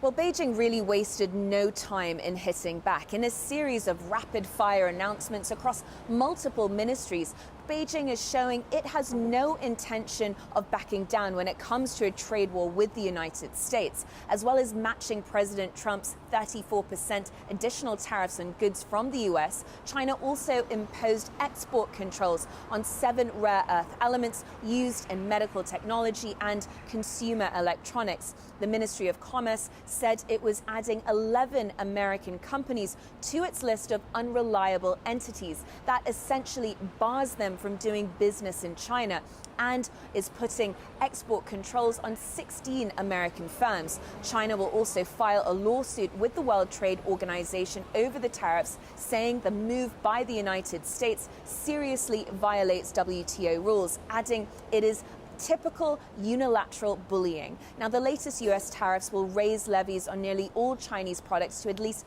54%, and that will hit China, which has relied on exports to support its slowing economy. At the same time, the US tariffs are also on neighboring Asian countries like Vietnam, and that creates an obstacle for Chinese exporters, as some Chinese and multinational companies have shifted production to other parts of Asia to bypass existing US tariffs.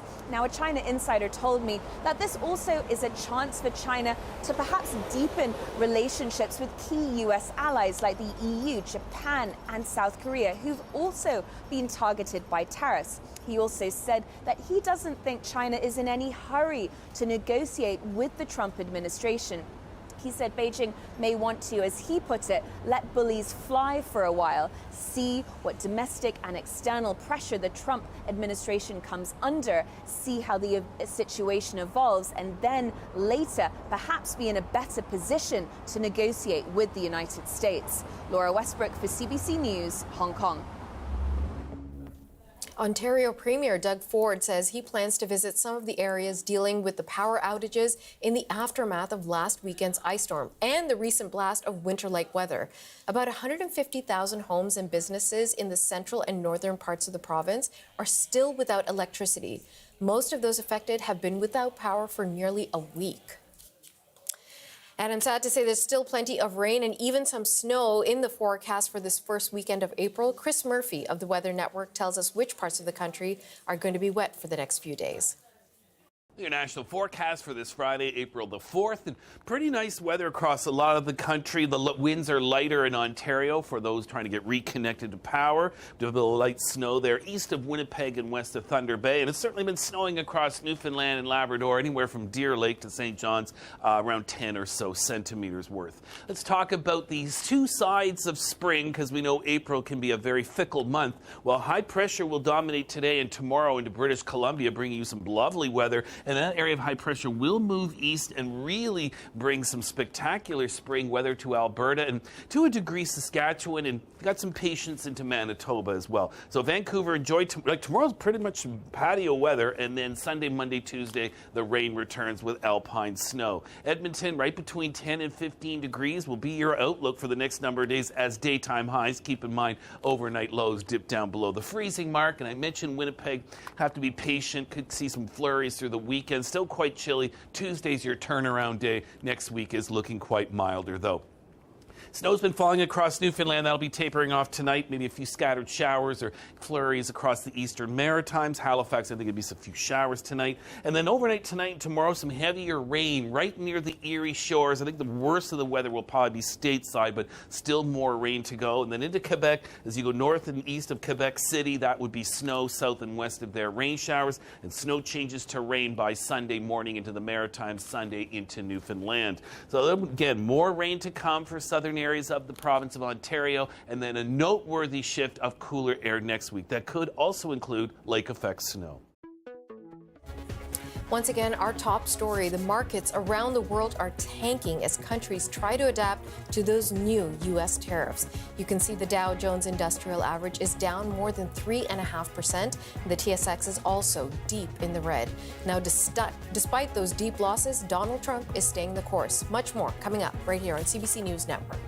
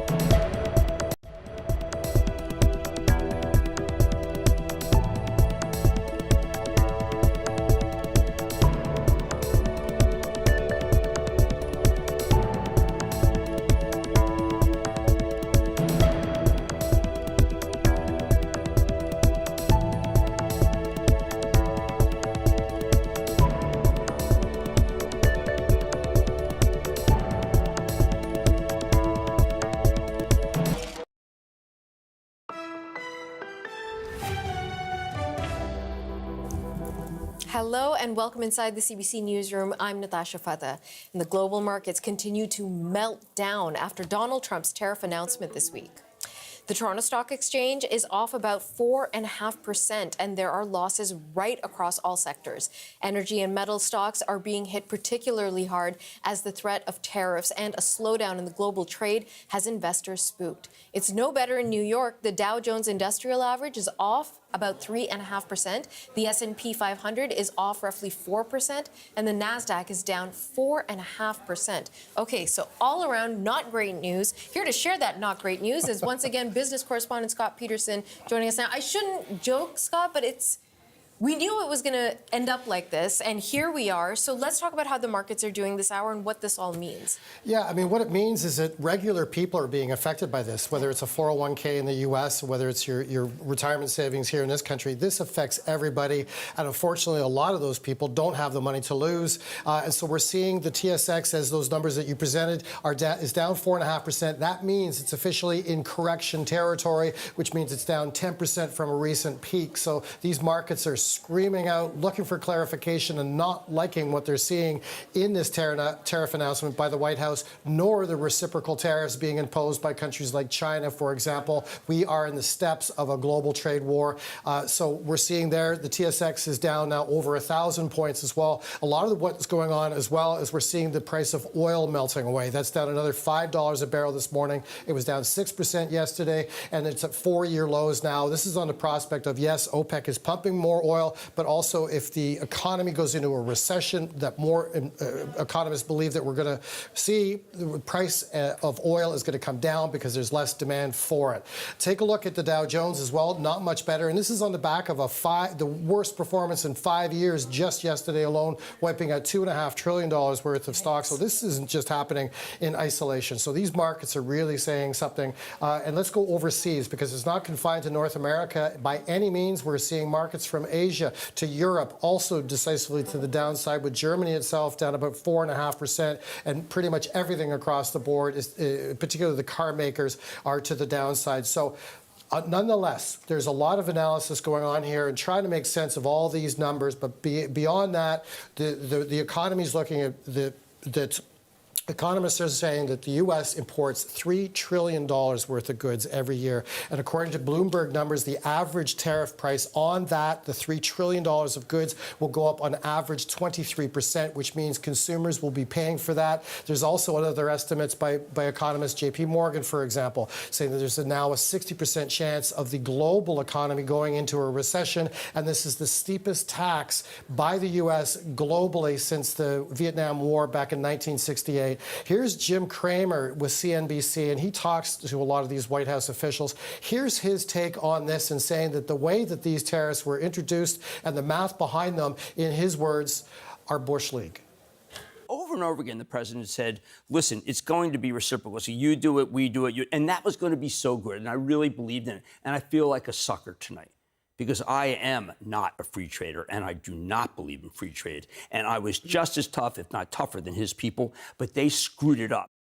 So that's a pretty harsh language from him. And really what we're seeing here is this isn't like the 2008 financial collapse. This isn't like the pandemic collapse. This is one person, Donald Trump, in the White House, and clearly he's going to get a lot of pushback from this. But so far he's saying that his economic policies in regards to that imposition of the Chinese tariffs, his economic policies, quote, will never change. So this is very scary times and seismic shifts, and these markets are just calling out for that. And as you mentioned earlier, this is really about people's investments, their retirement savings. As you said, many of them cannot afford this gamble with the markets. And the other issue is the people who are not retiring but still working. And on that front, too, we've taken a hit. So what are the March job numbers looking like? Yeah, and this is even just the threat of tariffs is seizing up these markets, and business investment wants certainty. So there's a reluctance to operate and to set up businesses in Canada, and we're seeing that in the month of March. We lost 33,000 jobs. jobs. That's the most single month job loss going back 3 years. Our unemployment rate's up but 6.7% now. And so really this is an environment, Natasha, that people are afraid to invest in Canada. And this is for the month of March. And we're already seeing this pullback. Economists are saying brace for more because we're going to see more of this in the future as less business is likely to have the courage to invest in Canada. Yeah, you said it. They want stability, and right now there isn't any. Thanks so much, Scott. You bet. All right, well, the current economic uncertainty is looming large on the federal election campaign as well. So are issues of identity and economic fairness. CBC's Kate McKenna joins us now from our parliamentary bureau in Ottawa. Kate, we've heard already from the Liberal, NDP and Bloc leaders today, and we're also waiting to hear from Conservative Party leader Pierre Poilievre a little bit later on this hour. We'll bring that to our audience once that gets underway. But what have we heard already?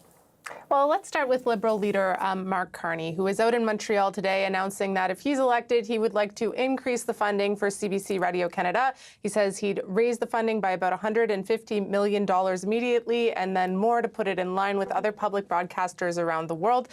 He also says that his government would modernize the mandate and make it a requirement that the CBC and Radio Canada provide life-saving information in emergencies. He says that stronger public broadcaster will help strengthen Canadian culture in the face of Donald Trump's tariff threats. His attack on CBC is an attack directly on Radio Canada, and it is an attack on our Canadian identity. If elected, my government will take action to enshrine and protect and strengthen CBC Radio Canada for generations to come. We will modernize the mandate of our public broadcaster. We will give it the resources it needs to fulfill its renewed mission and ensure that its future is guided by all Canadians. As Mark Carney just alluded to there, Pierre Poilievre, the Conservative leader, is essentially promising the opposite of this. He says that if he's elected, he would defund the CBC. He's been calling for this essentially since he became leader of the Conservative Party. And this is a promise that is very popular with his base. When he references it at rallies, it gets some of the largest cheers. So the Liberal leader there creating a bit of a wedge issue on the CBC. Moving on to the NDP, today leader Jagmeet Singh was out. And he says he announced his party's plan to stop tax haven cheats, including ending tax agreements with known tax havens like Bermuda and requiring corporations to provide a genuine business reason for offshore accounts. And this promise is targeting Mark Carney, the Liberal leader, because he has faced scrutiny over decisions made by Brookfield Asset Management, which was a company that he chaired, which used tax havens. Here's what Jagmeet Singh said earlier. While he was there, they avoided paying over $5.3 billion in taxes. $5.3 billion. What does that mean? Well, that's 50,000 nurses that could have been hired. That's streetcars, that's buses, that's public infrastructure. Mark Carney, while he was the chair of this company, 4 out of 5 of their businesses were located above a bicycle shop in a small office in Bermuda. It almost sounds ridiculous when I say it out loud, but that's what they did. Now, Mark Carney was asked about this by reporters, and he said what he's been saying throughout the campaign whenever this issue has come up, which is that he doesn't work there anymore. The arrangements that were in place followed the rules, and the funds are structured and organized so that Canadian pension funds can get the most benefits to those pensioners, which include teachers, public workers, and first responders. Now, we know that all the leaders are in Quebec today, but it does seem as though the Liberals appear to be making more and more gains there, which is coming basically at the expense of the Bloc. What are we hearing from Yves-François Blanchet today?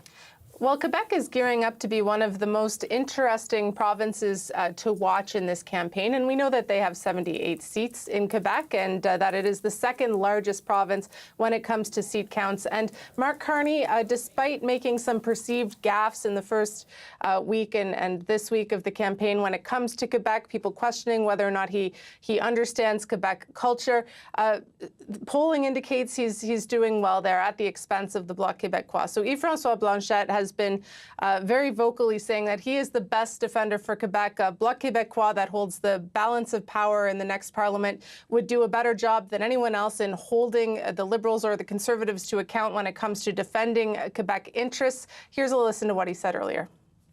In 2019 and in 2021, the Bloc Québécois completed the campaign much higher than it had started it.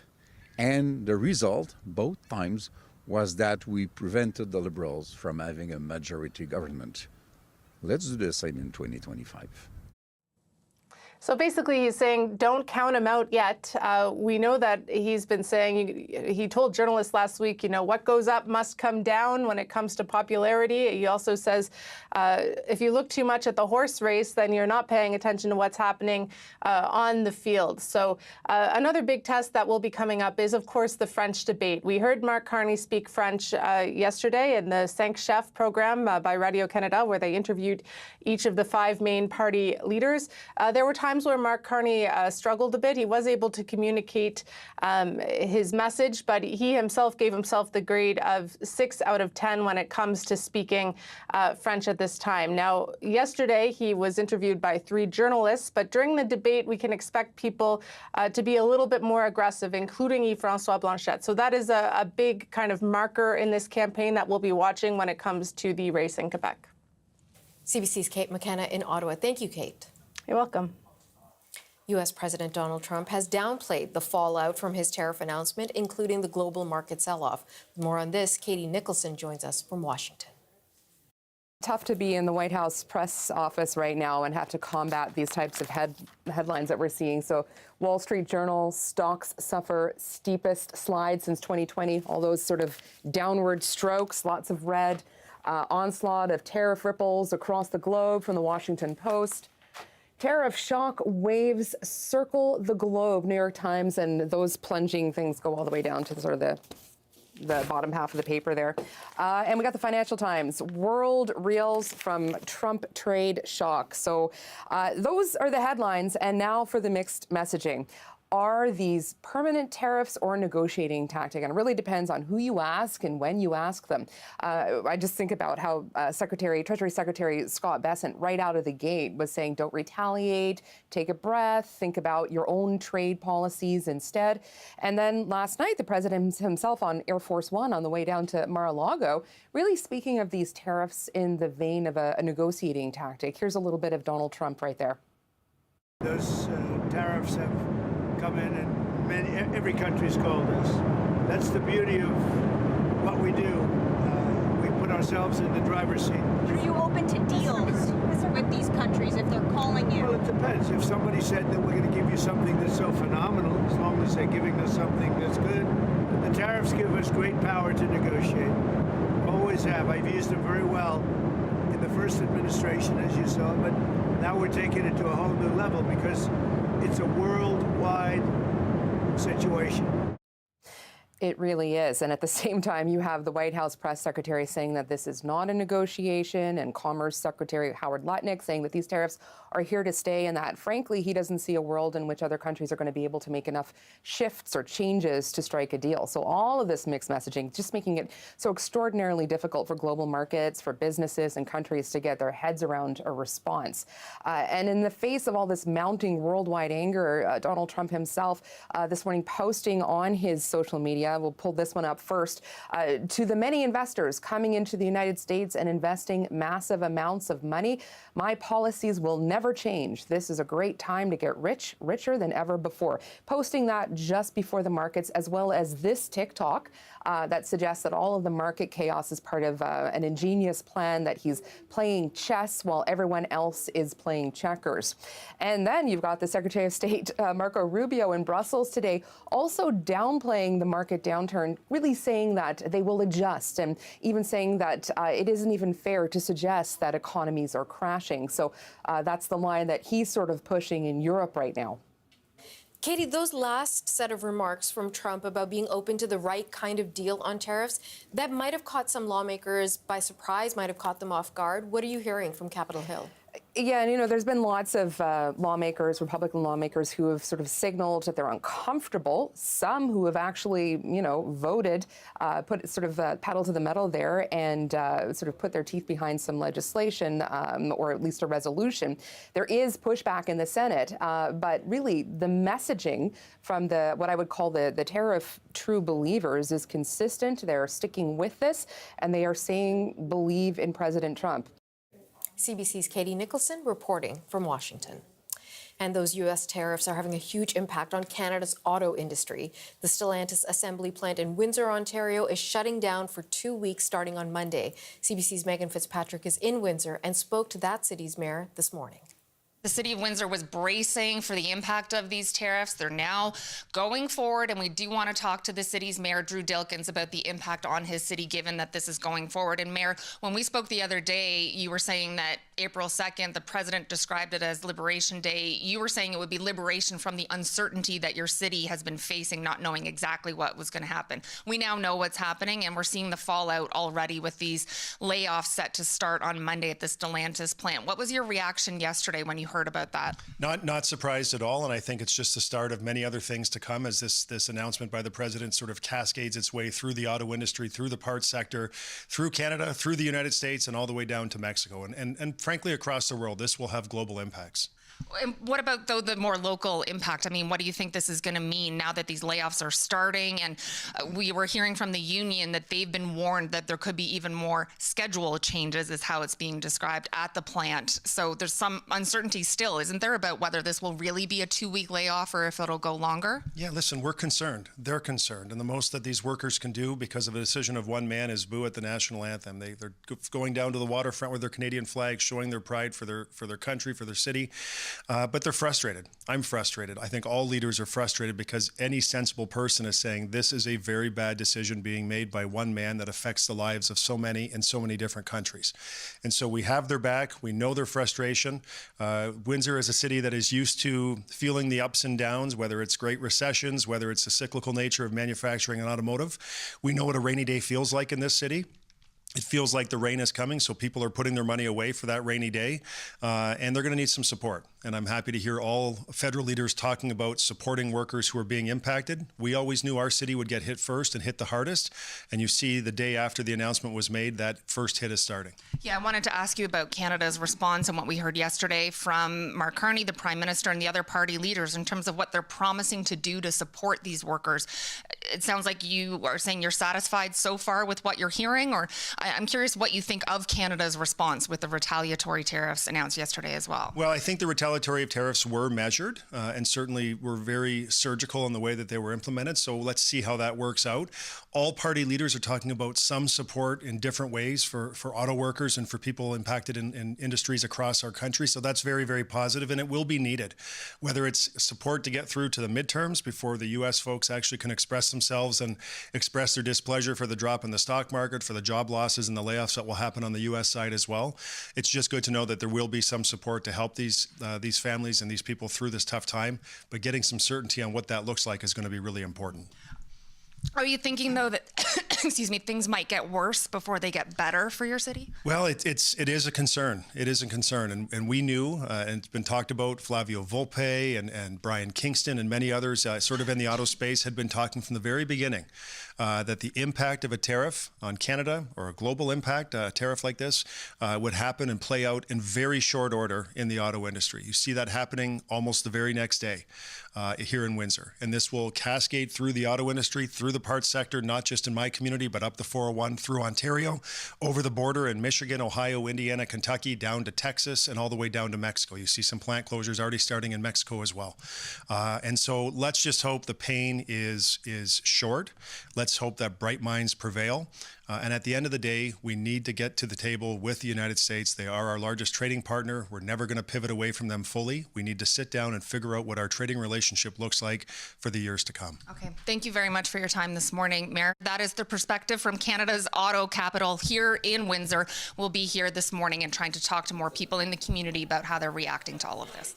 Megan Fitzpatrick in Windsor, Ontario. Okay, let's stay on this story and invite to the show Jan Griffiths. She's a former auto supply executive who is now the host of Automotive Leaders podcast. Jan, thanks so much for standing by. I know you've been on the line for a little bit. Thank you for your patience and making time for us today. Pleasure. I wonder, you were able to listen to Megan's report and her interview with Windsor Mayor Drew Dilkens. And what jumps out for me is that statement that people in Windsor, auto workers, are saving their pennies. They're saving up for a rainy day, even though it's, at this stage, a 2-week pause at the Stellantis assembly plant.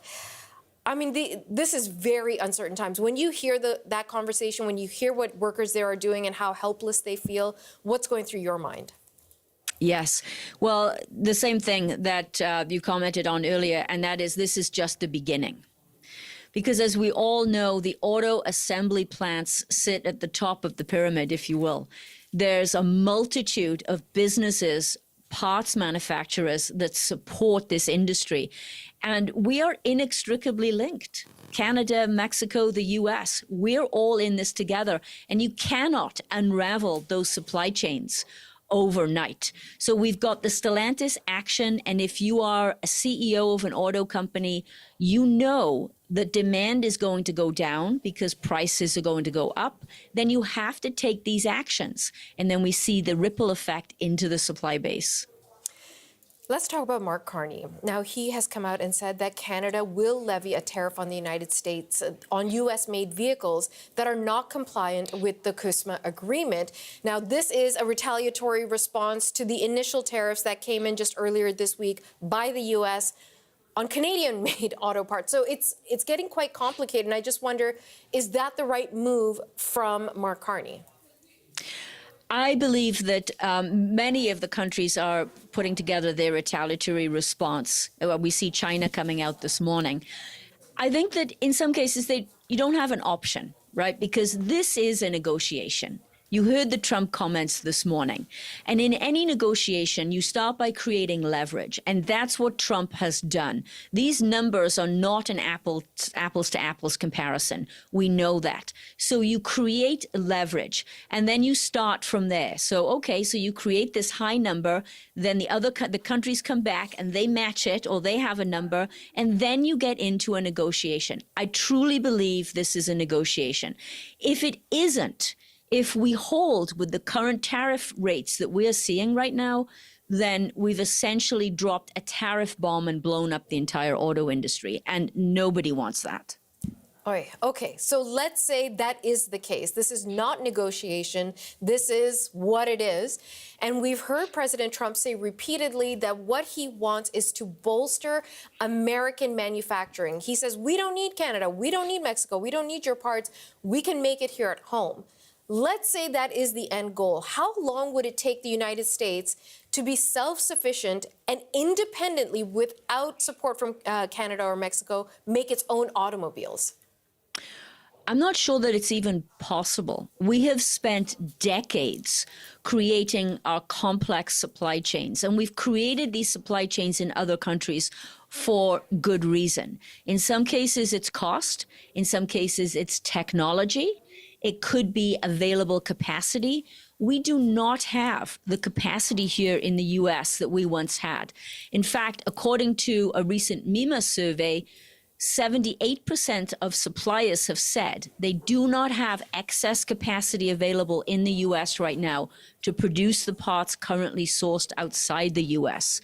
So we could not flip that switch anytime soon. It's going to take years. Of course, there will be examples where we can take on easy to manufacture components. There will be those examples, and I'm sure they will be out in the press and the media. But for any significant amount of content to come back into the U.S., it's a complicated process. It's going to take a lot of time and money. Auto sector CEOs are not happy about this. They've said as much. Do they have enough leverage with this American administration to push the president into realizing maybe this isn't the best course? They have certainly been doing everything in their power to try and influence the administration. I guess time will tell how successful that they're able to be in this situation. Let me ask you about where we are, because you said if this is what it is, it's a tariff bomb that has exploded onto the auto industry. Yes. Can we survive this? How long can we keep this going with these sets of tariffs and our retaliatory tariffs to come? Well, we are extremely resilient as an industry. We know that. We've survived bankruptcies. We've survived COVID. We've survived supply chain disruptions, chip shortages. But this is different. This is not a one-time event that we can all get together and put a plan together and come through the other side. This is a massive global shift in the way that we do business. So this is not going to be short-term. It is going to take time for us to work through all of this and really understand the impact. All right. We'll be waiting to see what this impact will be. In the meantime, Jan Griffiths, thank you again very much for your time and for your insights. Pleasure. And after the break, we'll check in with the CBC News Fact Check team. I can see Jonathan Gatehouse's silhouette in the studio right now. And today, he's going to be answering your questions about tariffs. That's coming up after the break, right here on CBC News Network.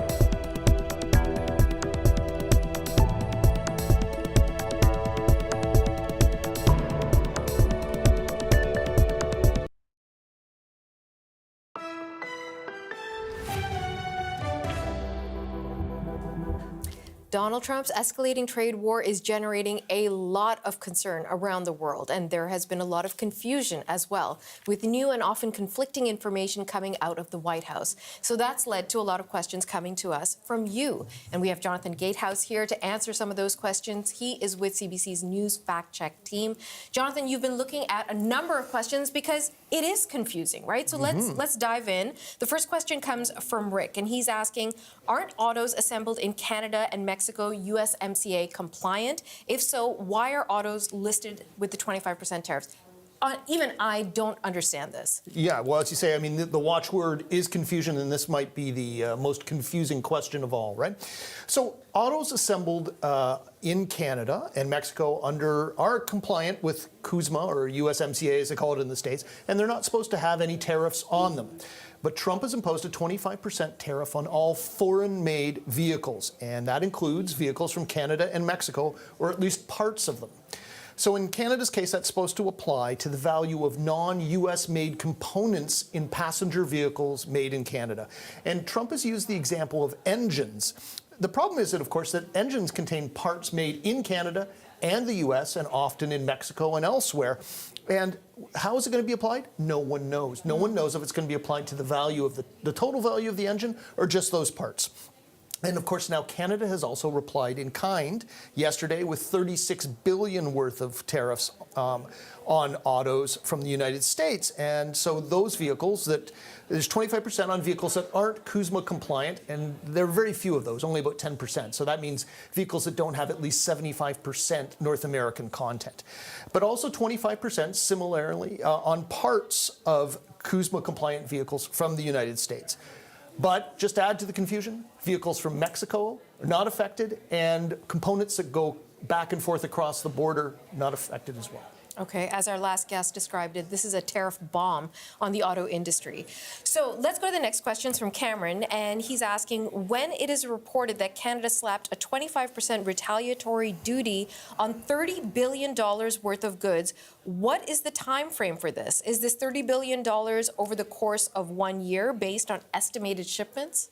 Right. So this is also another confusing issue. So dollar figures attached to retaliatory tariffs are based on the value of past annual imports. And so it's a bit of a shorthand when we say 30 billion in tariffs. What we're talking about is tariffs on 30 billion worth of goods.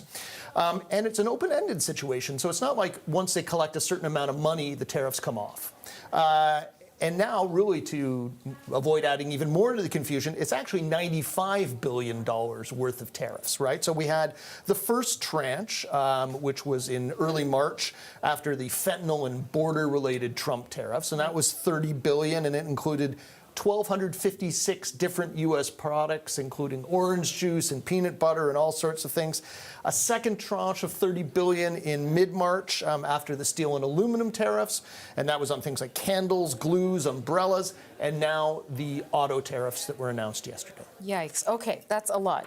All right, and the final question comes from Luke. He's asking if produce comes from Mexico bound for Canada, is it going to be affected by those tariffs? Right. Well, so as things stand today, right now, no. The CUSMA rules about produce still apply under the North American Free Trade Deal, the deal that Donald Trump renegotiated himself in his first term.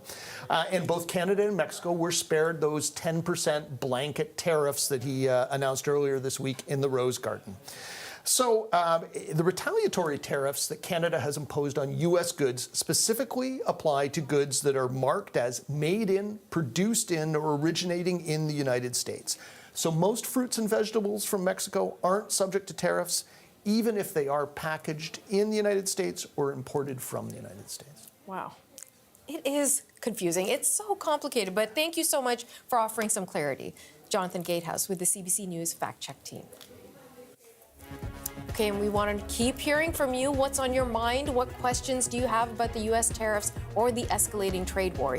You can email us to ask@cbc.ca, and we'll do our best to get your questions answered either by CBC journalists or experts. You're watching CBC News Network.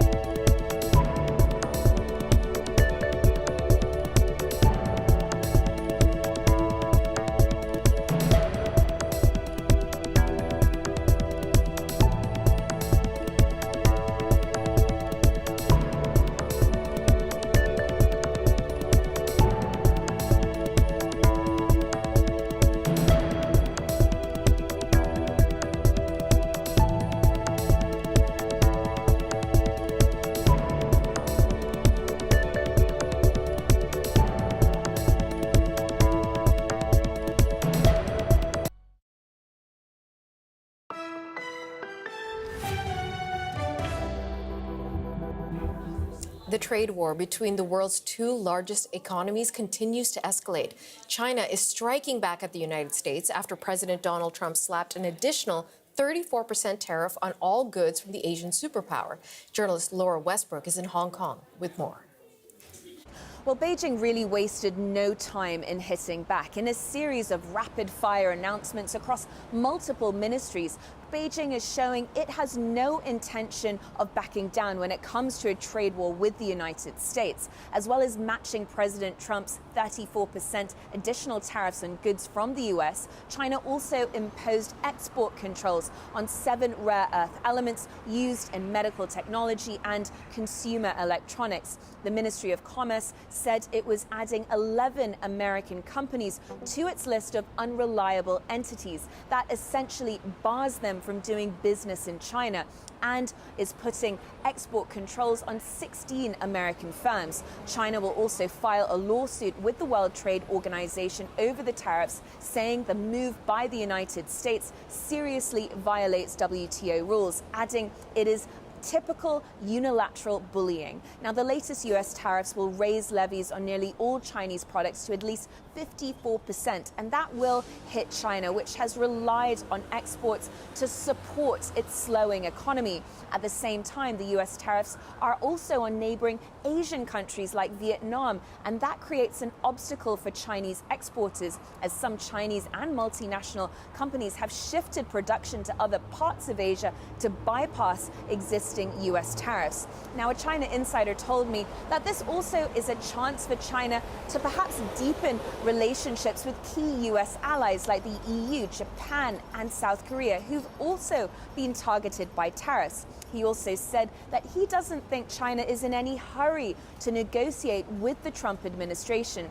He said Beijing may want to, as he put it, let bullies fly for a while, see what domestic and external pressure the Trump administration comes under, see how the situation evolves, and then later perhaps be in a better position to negotiate with the United States. Laura Westbrook for CBC News, Hong Kong. And still ahead, is now a good time to buy a car? Our reporter has been looking at how prices will change with those new U.S. tariffs. That's coming up next, right here on CBC News Network.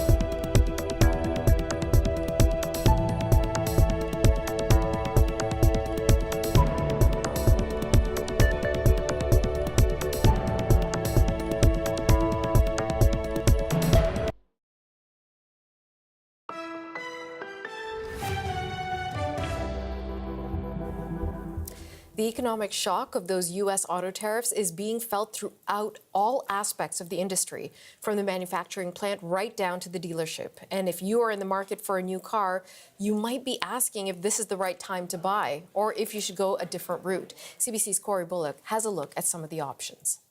I'm getting lots of questions from consumers who are saying, geez, what does this mean now? What am I supposed to do? Are prices going to go crazy? The head of the New Car Dealers Association of BC says the auto tariff battle between Canada and the U.S. has many drivers wondering what to do.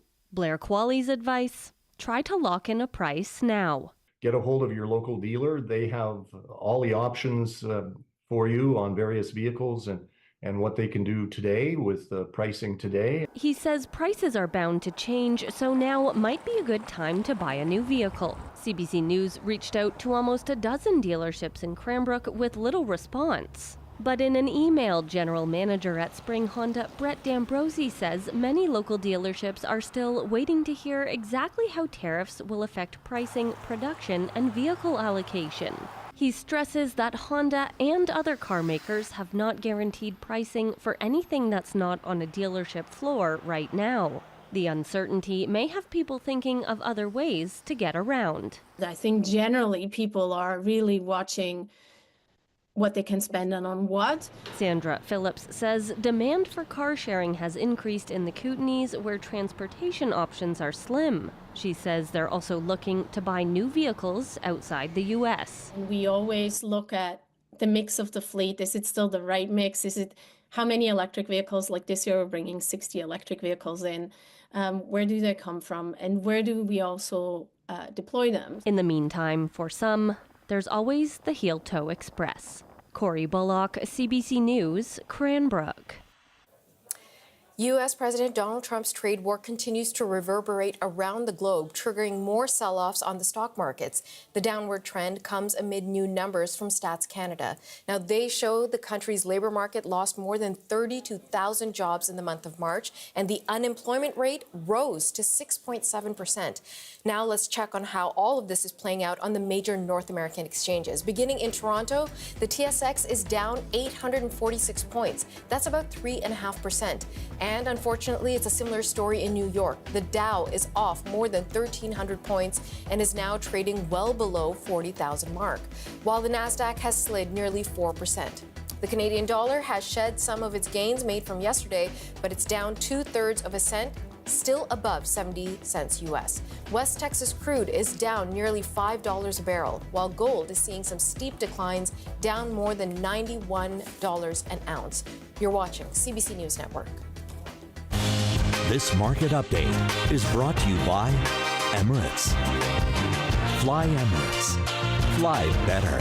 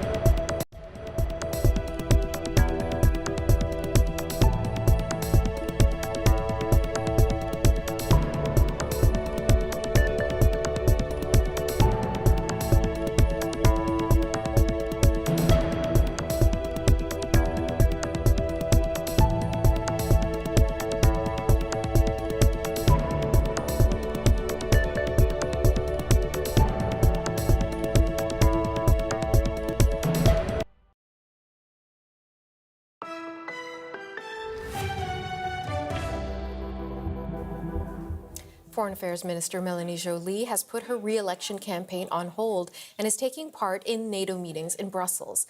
The members are there discussing the future of the alliance as well as Russia's war in Ukraine. But Donald Trump's trade war and those tariffs are also looming large. CBC's Crystal Gamansing is in London with more on that meeting and on what Canada's Foreign Affairs Minister is saying. NATO foreign ministers in Brussels were keenly focused on security and unity, a pressure point this time around that included NATO's biggest player, U.S. The universal tariffs imposed by U.S. President Donald Trump and their impact on global economies and security, said Canada's Melanie Joly, can't be ignored. They want to do things differently, and we understand that. And that's why we will seek to make sure that we get to an agreement on trade, but also on security, because both cannot be siloed. NATO countries are being urged to spend more on defense. Canada and others have committed to doing that, but now there's the added economic pressure. NATO Secretary General Mark Rutte sidestepped questions about tariffs. He did, however, respond to a question about Article 2 of the NATO Treaty, where nations are to promote conditions of stability and well-being for the benefit of the alliance. I don't think this is in breach of Article 2. No, I don't think so. We have seen in the past many examples of differences of view, of fights over tariffs. This has happened before without that being in violation of Article 2. While economic issues added a level of tension, leaders were united in seeking action on ending the war in Ukraine. The prospect of peace and ongoing efforts, something U.S. Secretary of State Marco Rubio spent a good deal of time addressing. To me, at the end of the day, what's going to matter here is whether we're going to move towards peace or not. If peace is real, we will know soon enough. If they're not interested in peace, we will know soon enough, and we'll make decisions on the basis. I hope they are real. Rubio said he is hopeful a deal can be reached, but would not say if the U.S. would be willing to impose a timeline on Russia. That was something other NATO nations had requested. Crystal Gamansing, CBC News, London. A woman detained for 11 days by U.S. immigration is speaking out after her image and story went viral on social media. Jasmine Mooney was put in a detention center after attempting to enter the U.S. from Mexico and apply for a visa. Mooney describes her harrowing experience. Walked into the cell and she locked it behind me, and there was girls laying on the ground with this aluminum blanket over their body, like a dead body. It looked like there was a bunch of dead bodies in there, and that's when I was kind of just following along and I realized, oh, this aluminum foil like keeps the cold out. Like they are freezing. And then when I got out, I did a lot of research, and they're nicknamed the ice boxes, actually. You never know what time it is. The lights are shining on you, the fluorescent lights 24/7. I was just, that was when I was a mess. You can watch more of that interview on The National. That's tonight at 9 p.m., 9:30 in Newfoundland on CBC News Network, 10 p.m. on CBC TV, and anywhere you stream CBC News. These are the scenes in Gaza City where people were rushed to hospital after Israeli strikes targeted a school building. According to local authorities, at least 27 people were killed. They say displaced families were using the space as a shelter. The Israeli military says the school had been used by Hamas militants as a base. Hamas denies holding operations amongst civilians. South Korea's Constitutional Court has now officially upheld the impeachment of President Yoon Suk-yeol. The decision set off celebrations amongst his opponents who had gathered outside the court. This paves the way for new elections. You'll remember that Yoon was impeached late last year after he declared martial law in a failed attempt to break legislative gridlock. The number of dead from that powerful earthquake in Myanmar last week has climbed past 3,100. Authorities say another 4,500 people have been injured and 200 are still missing. Rescuers are continuing to comb through the rubble for any survivors in the badly hit city of Mandalay. The UN is accusing the country's ruling junta of blocking humanitarian aid for earthquake victims in areas where it sees opposition to its rule. The 7.7 magnitude earthquake was the strongest to hit Myanmar in a century. British police have charged comedian Russell Brand with rape and sexual assault. This follows an investigation that was launched after several women complained. Brand has been charged with 5 offenses that are alleged to have taken place between 1999 and 2005. In September of 2023, 2 British newspapers published stories that included allegations by 4 unnamed women. Brand has denied the accusations against him. You're watching CBC News Network.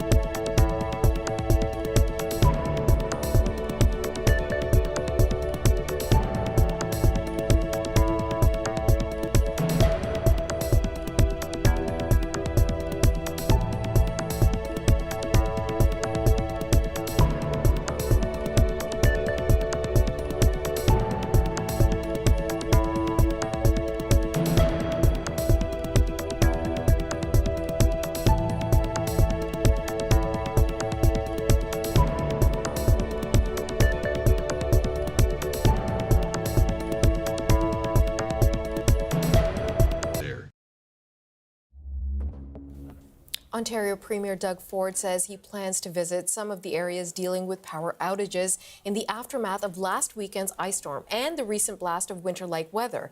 About 150,000 homes and businesses in central and northern parts of the province still do not have electricity, and most of those affected have been without power for nearly a week. And sadly, there's still plenty of rain and even some snow in the forecast for this first weekend of April. Chris Murphy from the Weather Network is here now with more on which parts of the country are going to be kind of wet for the next few days. Your national forecast for this Friday, April the 4th, and pretty nice weather across a lot of the country. The winds are lighter in Ontario for those trying to get reconnected to power. There's a little light snow there east of Winnipeg and west of Thunder Bay, and it's certainly been snowing across Newfoundland and Labrador, anywhere from Deer Lake to St. John's, around 10 or so centimeters worth. Let's talk about these two sides of spring, because we know April can be a very fickle month. While high pressure will dominate today and tomorrow into British Columbia, bringing you some lovely weather, and that area of high pressure will move east and really bring some spectacular spring weather to Alberta and to a degree Saskatchewan, and got some patience into Manitoba as well. So Vancouver, enjoy tomorrow's pretty much patio weather, and then Sunday, Monday, Tuesday, the rain returns with alpine snow. Edmonton, right between 10 and 15 degrees will be your outlook for the next number of days as daytime highs. Keep in mind, overnight lows dip down below the freezing mark. And I mentioned Winnipeg, have to be patient. Could see some flurries through the weekend. Still quite chilly. Tuesday's your turnaround day. Next week is looking quite milder, though. Snow's been falling across Newfoundland. That'll be tapering off tonight. Maybe a few scattered showers or flurries across the eastern Maritimes. Halifax, I think it'll be some few showers tonight. And then overnight tonight and tomorrow, some heavier rain right near the Erie shores. I think the worst of the weather will probably be stateside, but still more rain to go. And then into Quebec, as you go north and east of Quebec City, that would be snow south and west of there. Rain showers and snow changes to rain by Sunday morning into the Maritimes, Sunday into Newfoundland. So again, more rain to come for southern areas of the province of Ontario, and then a noteworthy shift of cooler air next week. That could also include lake effect snow. U.S. and global markets continue to free fall as they react to President Donald Trump's trade war. You can see his tariffs are sending the Dow into turmoil, off about 3% right now. The TSX is also deep in the red. We'll bring you much more details on the financial reaction right across the globe, right here on CBC News Network, with further analysis from our reporters and our guests. Stay tuned for that.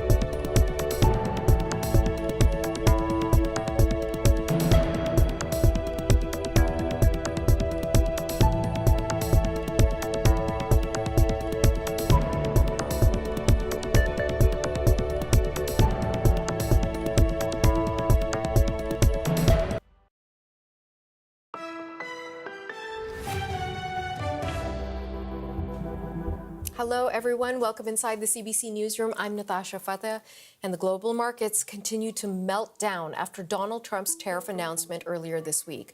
The Toronto Stock Exchange is off about 3.5%, with losses right across almost all sectors. Energy and metal stocks are being hit particularly hard as the threat of tariffs and a slowdown in global trade has investors spooked, and it's no better in New York. The Dow Jones Industrial Average is off about 3.5% as well, while the S&P 500 and the Nasdaq are off nearly 4%. Now, as you can see, investors are selling off for a second straight day as President Trump's tariffs spark concerns of a global recession. And on top of that, U.S. Federal Reserve Chairman Jerome Powell says Trump's tariffs are likely to raise inflation and slow U.S. economic growth. CBC's Anis Hadari is tracking all of this for us from Calgary, and he joins us now. Anis, another major sell-off today. What's going on here? I mean, this is the second day in a row that we're talking about this sort of behavior on the markets. Things are getting worse today than they were yesterday. We are looking at the biggest drops since 2020 on some of the major global indexes. If we take a look at the New York Stock Exchange, it's down about a little more than 3.5% today, but that's on top of losses from yesterday. In Toronto, very similar for the major Canadian stock index, down more than 3%. Red colors across the board when you look at most global stock indexes, whether it's in Canada, the United States, or abroad at this point. Really what a lot of investors seem to be looking at is, will what some are calling a trade war cause a global recession? The S&P 500 is already down around 15% from a record that was set in February. And it's looking like there are not a lot of winners, at least when it comes to financial markets. European stocks saw some big losses today. Those indexes dropping between 3 to 5%. Crude oil prices are dropping. Copper is seeing prices slide. And then there is the China factor in all of this. China's response to U.S. tariffs caused an acceleration of some of the losses in these markets after Beijing's Commerce Ministry said that it was going to respond to the United States putting a 34% tariff on imports from China, by China putting a 34% tariff on imports of anything imported from the U.S. beginning in April 10th. And the United States and China are the world's two largest economies. So when the two of them start charging tariffs at each other of such high magnitude, the markets are bound to respond. And Natasha, we've seen that they are in the red. We're also seeing what the job numbers are looking like because the numbers were released earlier in the day. What is jumping out for you, Anis? So when we look at jobs numbers, those are backwards looking, which means we're looking at the past, basically, while markets tend to look to the future. But they can influence the decisions that investors are making. The Canadian economy, it shed 33,000 jobs in March, according to Statistics Canada. And that is the biggest loss since January 2022. The unemployment rate ticked up slightly higher. What that probably shows us is the impact of trade tariff threats working their way through the Canadian economy. So even before things started to get hammered or we got new details like we did earlier this week from President Trump, Canadian hirers, Canadian job makers, job creators were saying, we're going to hire less. There's less work in Canada in the past because of this. Now, the U.S. also released job numbers, and that's where things get a little bit interesting here. Some markets actually briefly went up a smidge. They did not reverse losses, but we saw a slight tick up after Friday morning's jobs report came out for the U.S. because it said that employers in the U.S. hired more last month than economists expected. But as I mentioned, that's looking to the past. Those are backwards looking. The jobs numbers are telling us what already happened. Financial markets are about investors predicting what's to come. And so strong job numbers in the United States maybe gave a blip in one direction, but then everything else still has things going down in the downward direction, red. And how red it gets, how much things drop, will probably depend on how long these tariffs, not just from Donald Trump, but around the world, stick, and how many and what kind of retaliations we see from other countries, Natasha. CBC's Anis Hadari in Calgary. Thank you so much, Anis. You're welcome. All right, friends, let's go to Saskatoon because Saskatchewan Premier Scott Moe is speaking about the recent trade mission he held to Germany and the United Kingdom. So let's listen in. At the province-to-province level or at the province-to-nation level, wherever we can, to increase those export markets and further diversify our trades, our trade to countries all around the world. We remain very concerned about the previous tariffs that were and have and are implied on Canadian steel. and continue to engage on potential tariffs that may arrive and impact our province in the forestry industry. And we'll continue to engage with the U.S. to have these tariffs removed. Where we are today is we do have a tariff on steel, of which we have used some of the procurement strength that we have in the Crown utilities to advance and to ensure limited, if any, no job loss in that sector in our province. And today we have the 100% tariff on canola oil and canola meal. That's what we have in Saskatchewan. As we look ahead, we very much are engaging on the potential threat of U.S. tariffs in the forestry sector. So our government, meanwhile, is going to continue to do all that we can as part of our tariff response plan to make life more affordable for Saskatchewan people, and that includes the income tax reductions that you saw announced in our budget, which follows up on our campaign commitment, as well as our elimination of the entirety of the carbon tax, making Saskatchewan the first carbon tax-free province in the nation of Canada. So with that, I would be happy to answer any questions that you might have. Have you secured any new trade agreements or commitments to counterbalance the effects of U.S. tariffs? Pardon? Have you secured any new trade agreements or commitments? So I would say that there's trade that is happening all the time outside of various trade agreements that we have. We have CETA, TPP, a number of other agreements that Canada is signatory to, as well as the USMCA. But there's trade that's happening outside of those agreements all the time. That's why you hear when it comes to the auto tariffs that are in, or even the fentanyl tariffs, that the president has said that non-compliant USMCA items would have this tariff applied. Largely in Saskatchewan, our potash, our uranium, our agricultural products, they're all covered in that trade agreement. But there is trade that happens outside of those agreements, not just with the U.S., but around the world. And yes, to answer your question, there was a number of private industries, private businesses, private corporations that were doing business at Hanover Messe, a number of them from Saskatchewan and from Canada that were doing significant amounts of business there and actually advancing other conversations that they have so that they can do business globally in the future. I would say in the broader European Union and the UK, where I just visited, as well as some of our traditional markets like India, like Vietnam, that there is a real thirst to advance trade, and not only with Canada, but specifically with Saskatchewan because of what we provide. First and foremost is ingredients for food. We provide food security. Second is we provide energy security, and not in a traditional way of providing oil and gas. Our $10 or $15 billion of oil and gas that we produce each and every year all goes to the United States of America. But we do provide uranium. We're into the lithium space now. We're into the helium space, which is very much, part of the semiconductor. Okay, friends, we're going to continue to monitor the comments coming from Premier Scott Moe in Saskatchewan, but we need to take you now live to Trois-Rivières, Quebec, where Conservative Party leader Pierre Poilievre is speaking at a campaign event. For the first time, for the longest time you can imagine, they kept their stories quiet for fear that their aggressors might reemerge and carry out reprisals against them. But they have decided on their own, and I would add with incredible courage, to speak out today so that they can ensure that no one has to live through the relentless hell they have faced for so many years. Some of them have lost loved ones to murder. Others have been terrorized by imprisonment in a small home with a monster for years on end. All of them live with the fear that their aggressor may once again strike them in the future. They want this to end. I want to thank Karine Blow, who is here today on behalf of the Association of Women and Children, Victims of Sexual, Domestic, and/or Family Violence. In December, she left her partner after her daughter revealed she had been assaulted by this individual. Since then, she's been actively advocating for victims and fighting back. But most of all, thank you to them for coming here today and fighting for everyone else. And thank you to Senator Boisvenu. Pierre-Hugues Boisvenu has been fighting for victims ever since he lost a loved one to crime.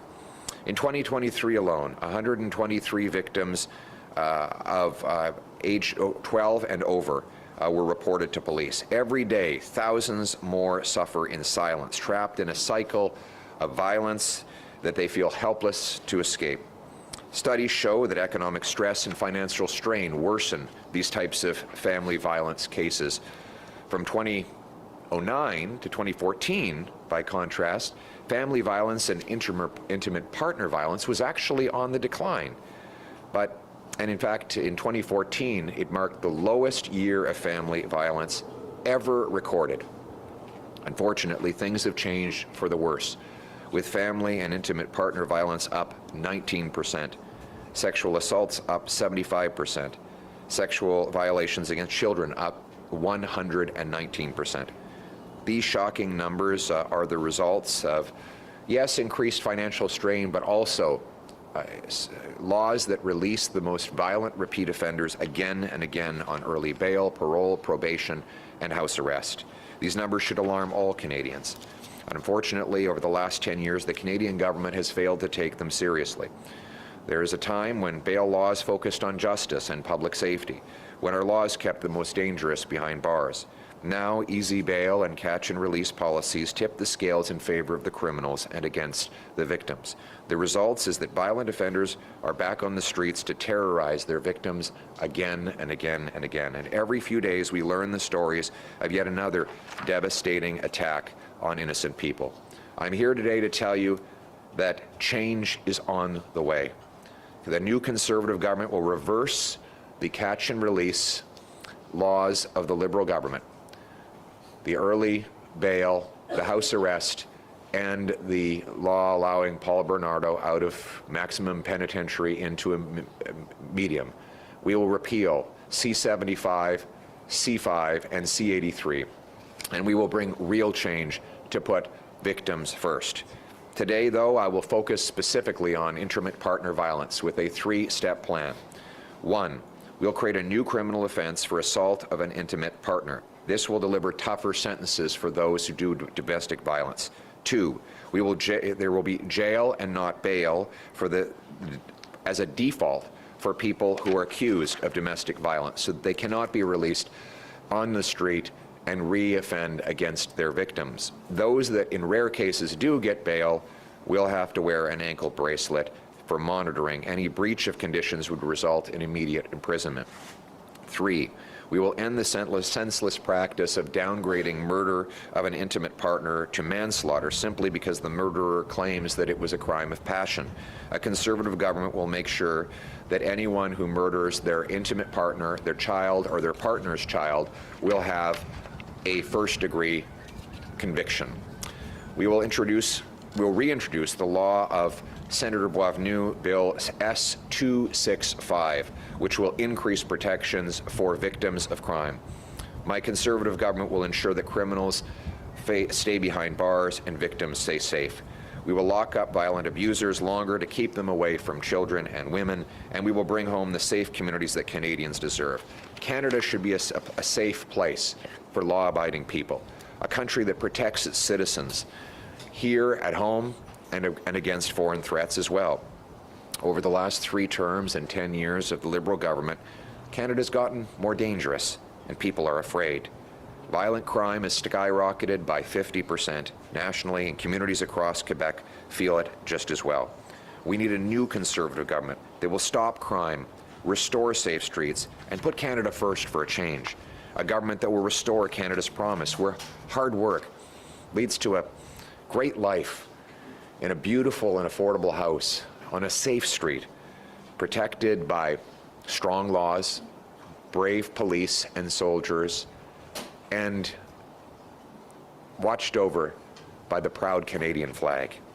That's what it means to put the rights of victims first, to put Canada first, to put our future first, for a change. Thank you very much, and let's bring it home. Merci. On va maintenant passer aux questions. S'il vous plaît, dire votre nom et le nom de votre média. Bonjour, M. Poilievre, Claude Boucher pour Cogeco Nouvelles en Mauricie. En Mauricie, un projet qui a beaucoup fait parler dans les dernières années. A project that has been talked about quite a bit, the high-speed rail project announced by the Liberal government. So what will happen to that project in the region if a Conservative government is in power? Well, after 10 years of the Liberals, they finally announced this project, or similar projects, 15 or more times. But nothing has been built thus far. So just to clarify, the Liberals did not announce a high-speed rail project. They announced 10 years of study. And after 5 years of study, if they are elected for another two and a half terms, maybe they will start to build the rail project. So this is something that may lead nowhere. Obviously, if people want this project to go ahead, we will provide permits, we will ensure there is more investment, private investment, and we will always protect taxpayers. We need projects that can be financed by the private sector and protect taxpayers at the same time. Yeah, so after the last Liberal decade, if they've promised these rapid trains about 15 or 20 times, and of course, here we are a decade later, and there's not a single meter of track laid to build it. To be clear, the Liberals have not promised to build a rapid train. What they've promised is that they will do 5 years of study, and that after that 5 years, if they're re-elected 2 more times, then they might put a shovel in the ground. But so far, they have done none of that. We have to protect taxpayers. Of course, I will grant rapid permits for all manner of projects that are financed by the private sector. That's how we get things built in this country. And we know that after the lost Liberal decade of costs and crime up and our economy down under America's thumb, we can't afford to give them a 4th term in power. We need a new Conservative government that will protect taxpayers, get things built, bring home our jobs so we can stand up to the Americans from a position of strength for a change. Merci beaucoup. Merci. Prochaine question. Valérie Gendron, Nouveau Info, Mauricie, vous avez dit tantôt You said earlier that Mr. Lévesque is someone who will strengthen the country under a Conservative government. If he's elected, of course. What role could you give him? Do you see him as a minister in your government? Thank you for your question. I always appreciate it when the media try to get me to appoint a cabinet even before the campaign is over. That was a good try, but obviously this is a decision that is made after the election. Now, you asked me, for what position would Mr. Lévesque be qualified? Well, to be honest, there's almost no position for which he is not qualified. Now, what was the unemployment rate when you came in? 12%, and after your mandate, 4%. Incredible. Can you imagine someone like that who was able to remove 2/3 of the unemployment in the region and who basically rebuilt Trois-Rivières, who built the new amphitheater? He's recognized around the world. So this is exactly the type of person who can help me to strengthen our economy in the face of Donald Trump's threats. After the lost Liberal decade, our economy is declining, the cost of living is going up, and we're too dependent on the Americans. We need common sense people, like the former mayor here, to make real change and strengthen our economy, cut taxes, build the country, develop our natural resources to put Canada first for a change. Merci. Prochaine question. Merci. Bonjour, Anne-Marie Lemay de TVA Trois-Rivières. TVA. Monsieur Mark Carney Mark Carney has pledged to provide $150 million more per year to CBC Radio-Canada. He says that organization is underfunded. And what kind of impact do you think this could have on Radio-Canada? Well, no impact. It will simply protect services. After 10 years of the Liberals depending endlessly and uncontrollably, Mr. Carney is intending to add to those expenditures. You will have noted that Mr. Carney has proposed no savings to bring down the exorbitant cost of government. After 10 years, the Liberals have doubled the national debt, doubled the cost of housing, and we've had the worst inflation in years. And what is Mr. Carney proposing today? With a fourth Liberal term, he will spend even more for CBC and other things. He proposed billions of dollars of spending with no idea how he will actually pay the bill, and that's exactly what Justin Trudeau did. I think we know that Mr. Trudeau listened to the advice of Mr. Carney when he decided to boost government spending and print more money, but I will do the reverse. We will cut waste, we will cut taxes and bureaucracy and the deficit to make sure people can have an affordable life. We cannot give a fourth term to the Liberals to boost the cost of living again. We need a new Conservative government that will cut the cost of living for a change. Yes, thank you very much.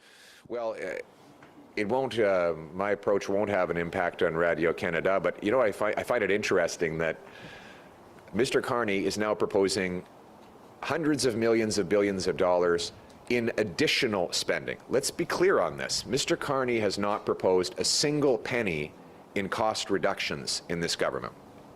He is now proposing to stack billions more costs on top of an already morbidly obese government.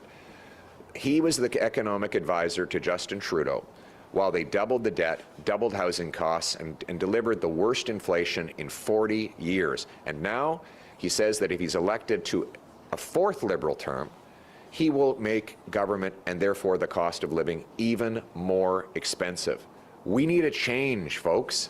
We can't go on spending money we don't have on things we don't need, or our people are going to end up with even more brutal inflation.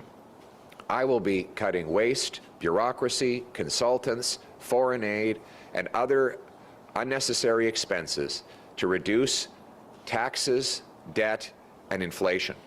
And that's the choice in this election. Do you want a fourth Liberal term of costs and crime up and the economy down under America's thumb, or do you want a new Conservative government that will bring down the cost of living for a change? Merci. On passe maintenant à la dernière question. Steve Chase from the Globe and Mail. Good morning. Good morning, Steve. How are you? Good, thanks. Nice to be in Quebec. It's wonderful to be here. Great to be here. Thank you.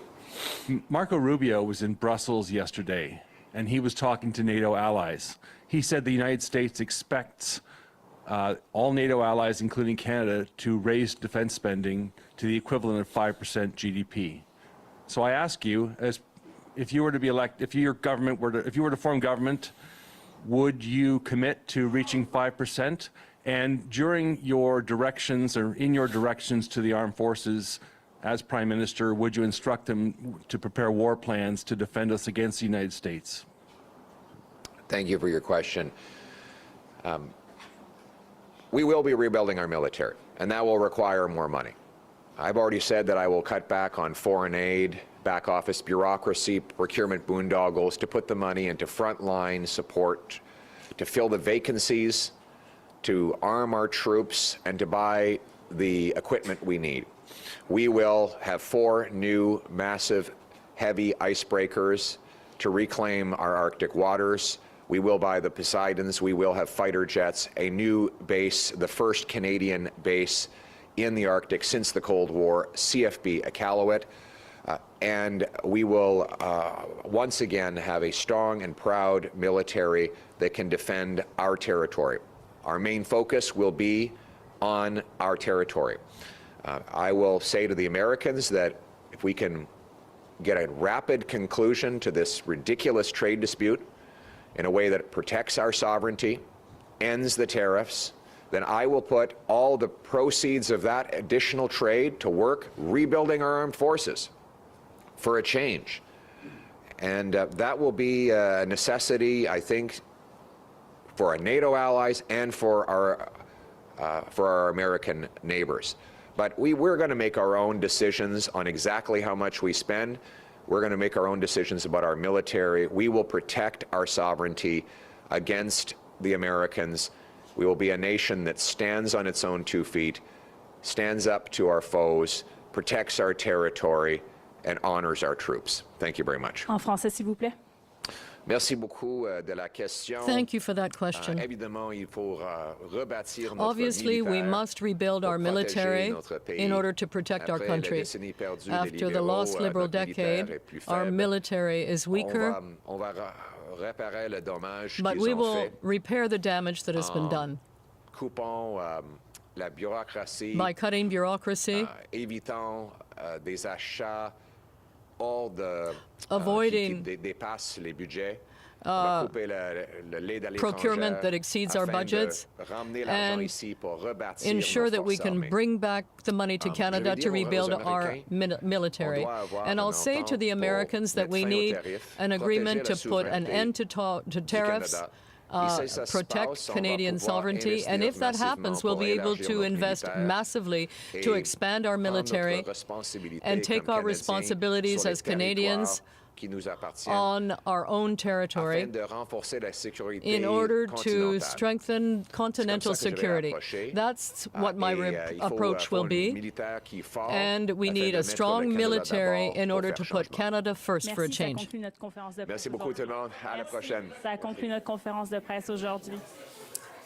We have been taking you to Trois-Rivières, Quebec, where the leader of the Conservative Party, Pierre Poilievre, has been making a campaign announcement, but also taking questions from reporters. And CBC's Kate McKenna joins us now live from Ottawa. She was listening in to what we just heard from the Conservative leader. What stood out for you, Kate? Well, I think we should start with the announcement itself, which was about intimate partner violence. He was making that announcement in Trois-Rivières, Quebec. And he says a Conservative government will create a new offence of assault of intimate partner with stronger sentences than if someone assaulted a non-intimate partner, requires strictest conditions, including ankle bracelet monitoring on anyone accused of intimate partner violence, and end the practice of the murder of an intimate partner being downgraded to a lesser charge, such as manslaughter. So that's what he was out announcing today. However, he took a number of questions, 4 questions, about other things. One was whether or not he would support a high-speed rail line between Toronto and Quebec City. And of course, we know Trois-Rivières is in that corridor. It's something that the Liberals have announced, but they're in the beginning of a 5-year design phase that's set to cost almost $4 billion. So Pierre Poilievre says he wants to protect taxpayers. He didn't say that he was going to continue with this project. He said that he supports projects financed by the private sector. So no commitment there to keep that project running past the design phase. Secondly, he was asked about his local candidate, Yves Lévesque, who is a former mayor of Trois-Rivières, whether or not he would serve in a cabinet as a minister. He dodged that question. He's been asked questions like that throughout this campaign, saying, I'm not going to choose my candidate in my cabinet before we have an election and my party forms government. So he did speak highly of the former mayor of Trois-Rivières. That is an interesting riding. That is a riding where if the Conservatives make any gains in Quebec, that could be a potential one. It's often a bellwether riding, so one we're going to be watching for sure. He was asked about Mark Carney's proposal to invest more, spend more money on CBC Radio Canada to the tune of $150 million a year. We know that Pierre Poilievre said he wants to defund the CBC, but he responded by saying, if he forms government, he will not be changing Radio Canada, the Francophone, the French wing of this Crown corporation. And he criticized new spending announcements or new spending promises by Mark Carney, trying to tie him to Justin Trudeau's record, which he has long said was too loose with the pocketbook. And finally, he was asked about comments by Marco Rubio, the U.S. Secretary of State, calling for NATO allies to put 5% of GDP into defense. He said he's going to, if he is elected, he will rebuild the military, but he did not commit to that 5% of GDP target. I don't think at this point he has committed to the 2% existing target put forward by NATO members, committed to by NATO members, saying he wants to work towards it. He has said that if Canada trades more with the United States, then his government would invest revenues from that into military spending as a way to sort of fix that trade irritant between the United States and Canada. But of course, 2% to 5% GDP is a massive increase, and he did not commit to that today. CBC's Kate McKenna in Ottawa. Thank you, Kate. You're welcome. Financial markets have been in steep decline since Donald Trump's tariff announcement on Wednesday. Yesterday, both Bay Street and Wall Street had their worst day since 2020, when the start of the global pandemic paralyzed the world. It's a similar story again today. More crushing losses following China's retaliation to those U.S. levies. Let's go live to Katie Nicholson in Washington. So, Katie, Donald Trump has downplayed the fallout of his tariff rollout, and at least one state leader is signaling that he doesn't want any part of this new trade war. Tell us about that. Yeah, a new development today. California Governor Gavin Newsom out earlier this morning with a release that basically says he's pursuing new strategic partnerships with international trading partners. He's also calling for California-made products to be excluded from any retaliatory measures. So here's a little video that went out with that release from Governor Gavin Newsom. Donald Trump's tariffs do not represent all Americans, particularly those that I represent here in the fifth largest economy in the world, the state of California. We value international trade. We value our manufacturing base, the largest manufacturing economy in the United States of America. We look forward to continuing to strengthen those ties, strengthen those bonds. I'll remind all our international trading partners, California is a stable trading partner, and we hope you consider that as it relates to California-made products. And like you said, California is the fifth largest economy in the world, the strongest economy in the U.S. Its GDP is $3.9 trillion, 50% bigger than the GDP of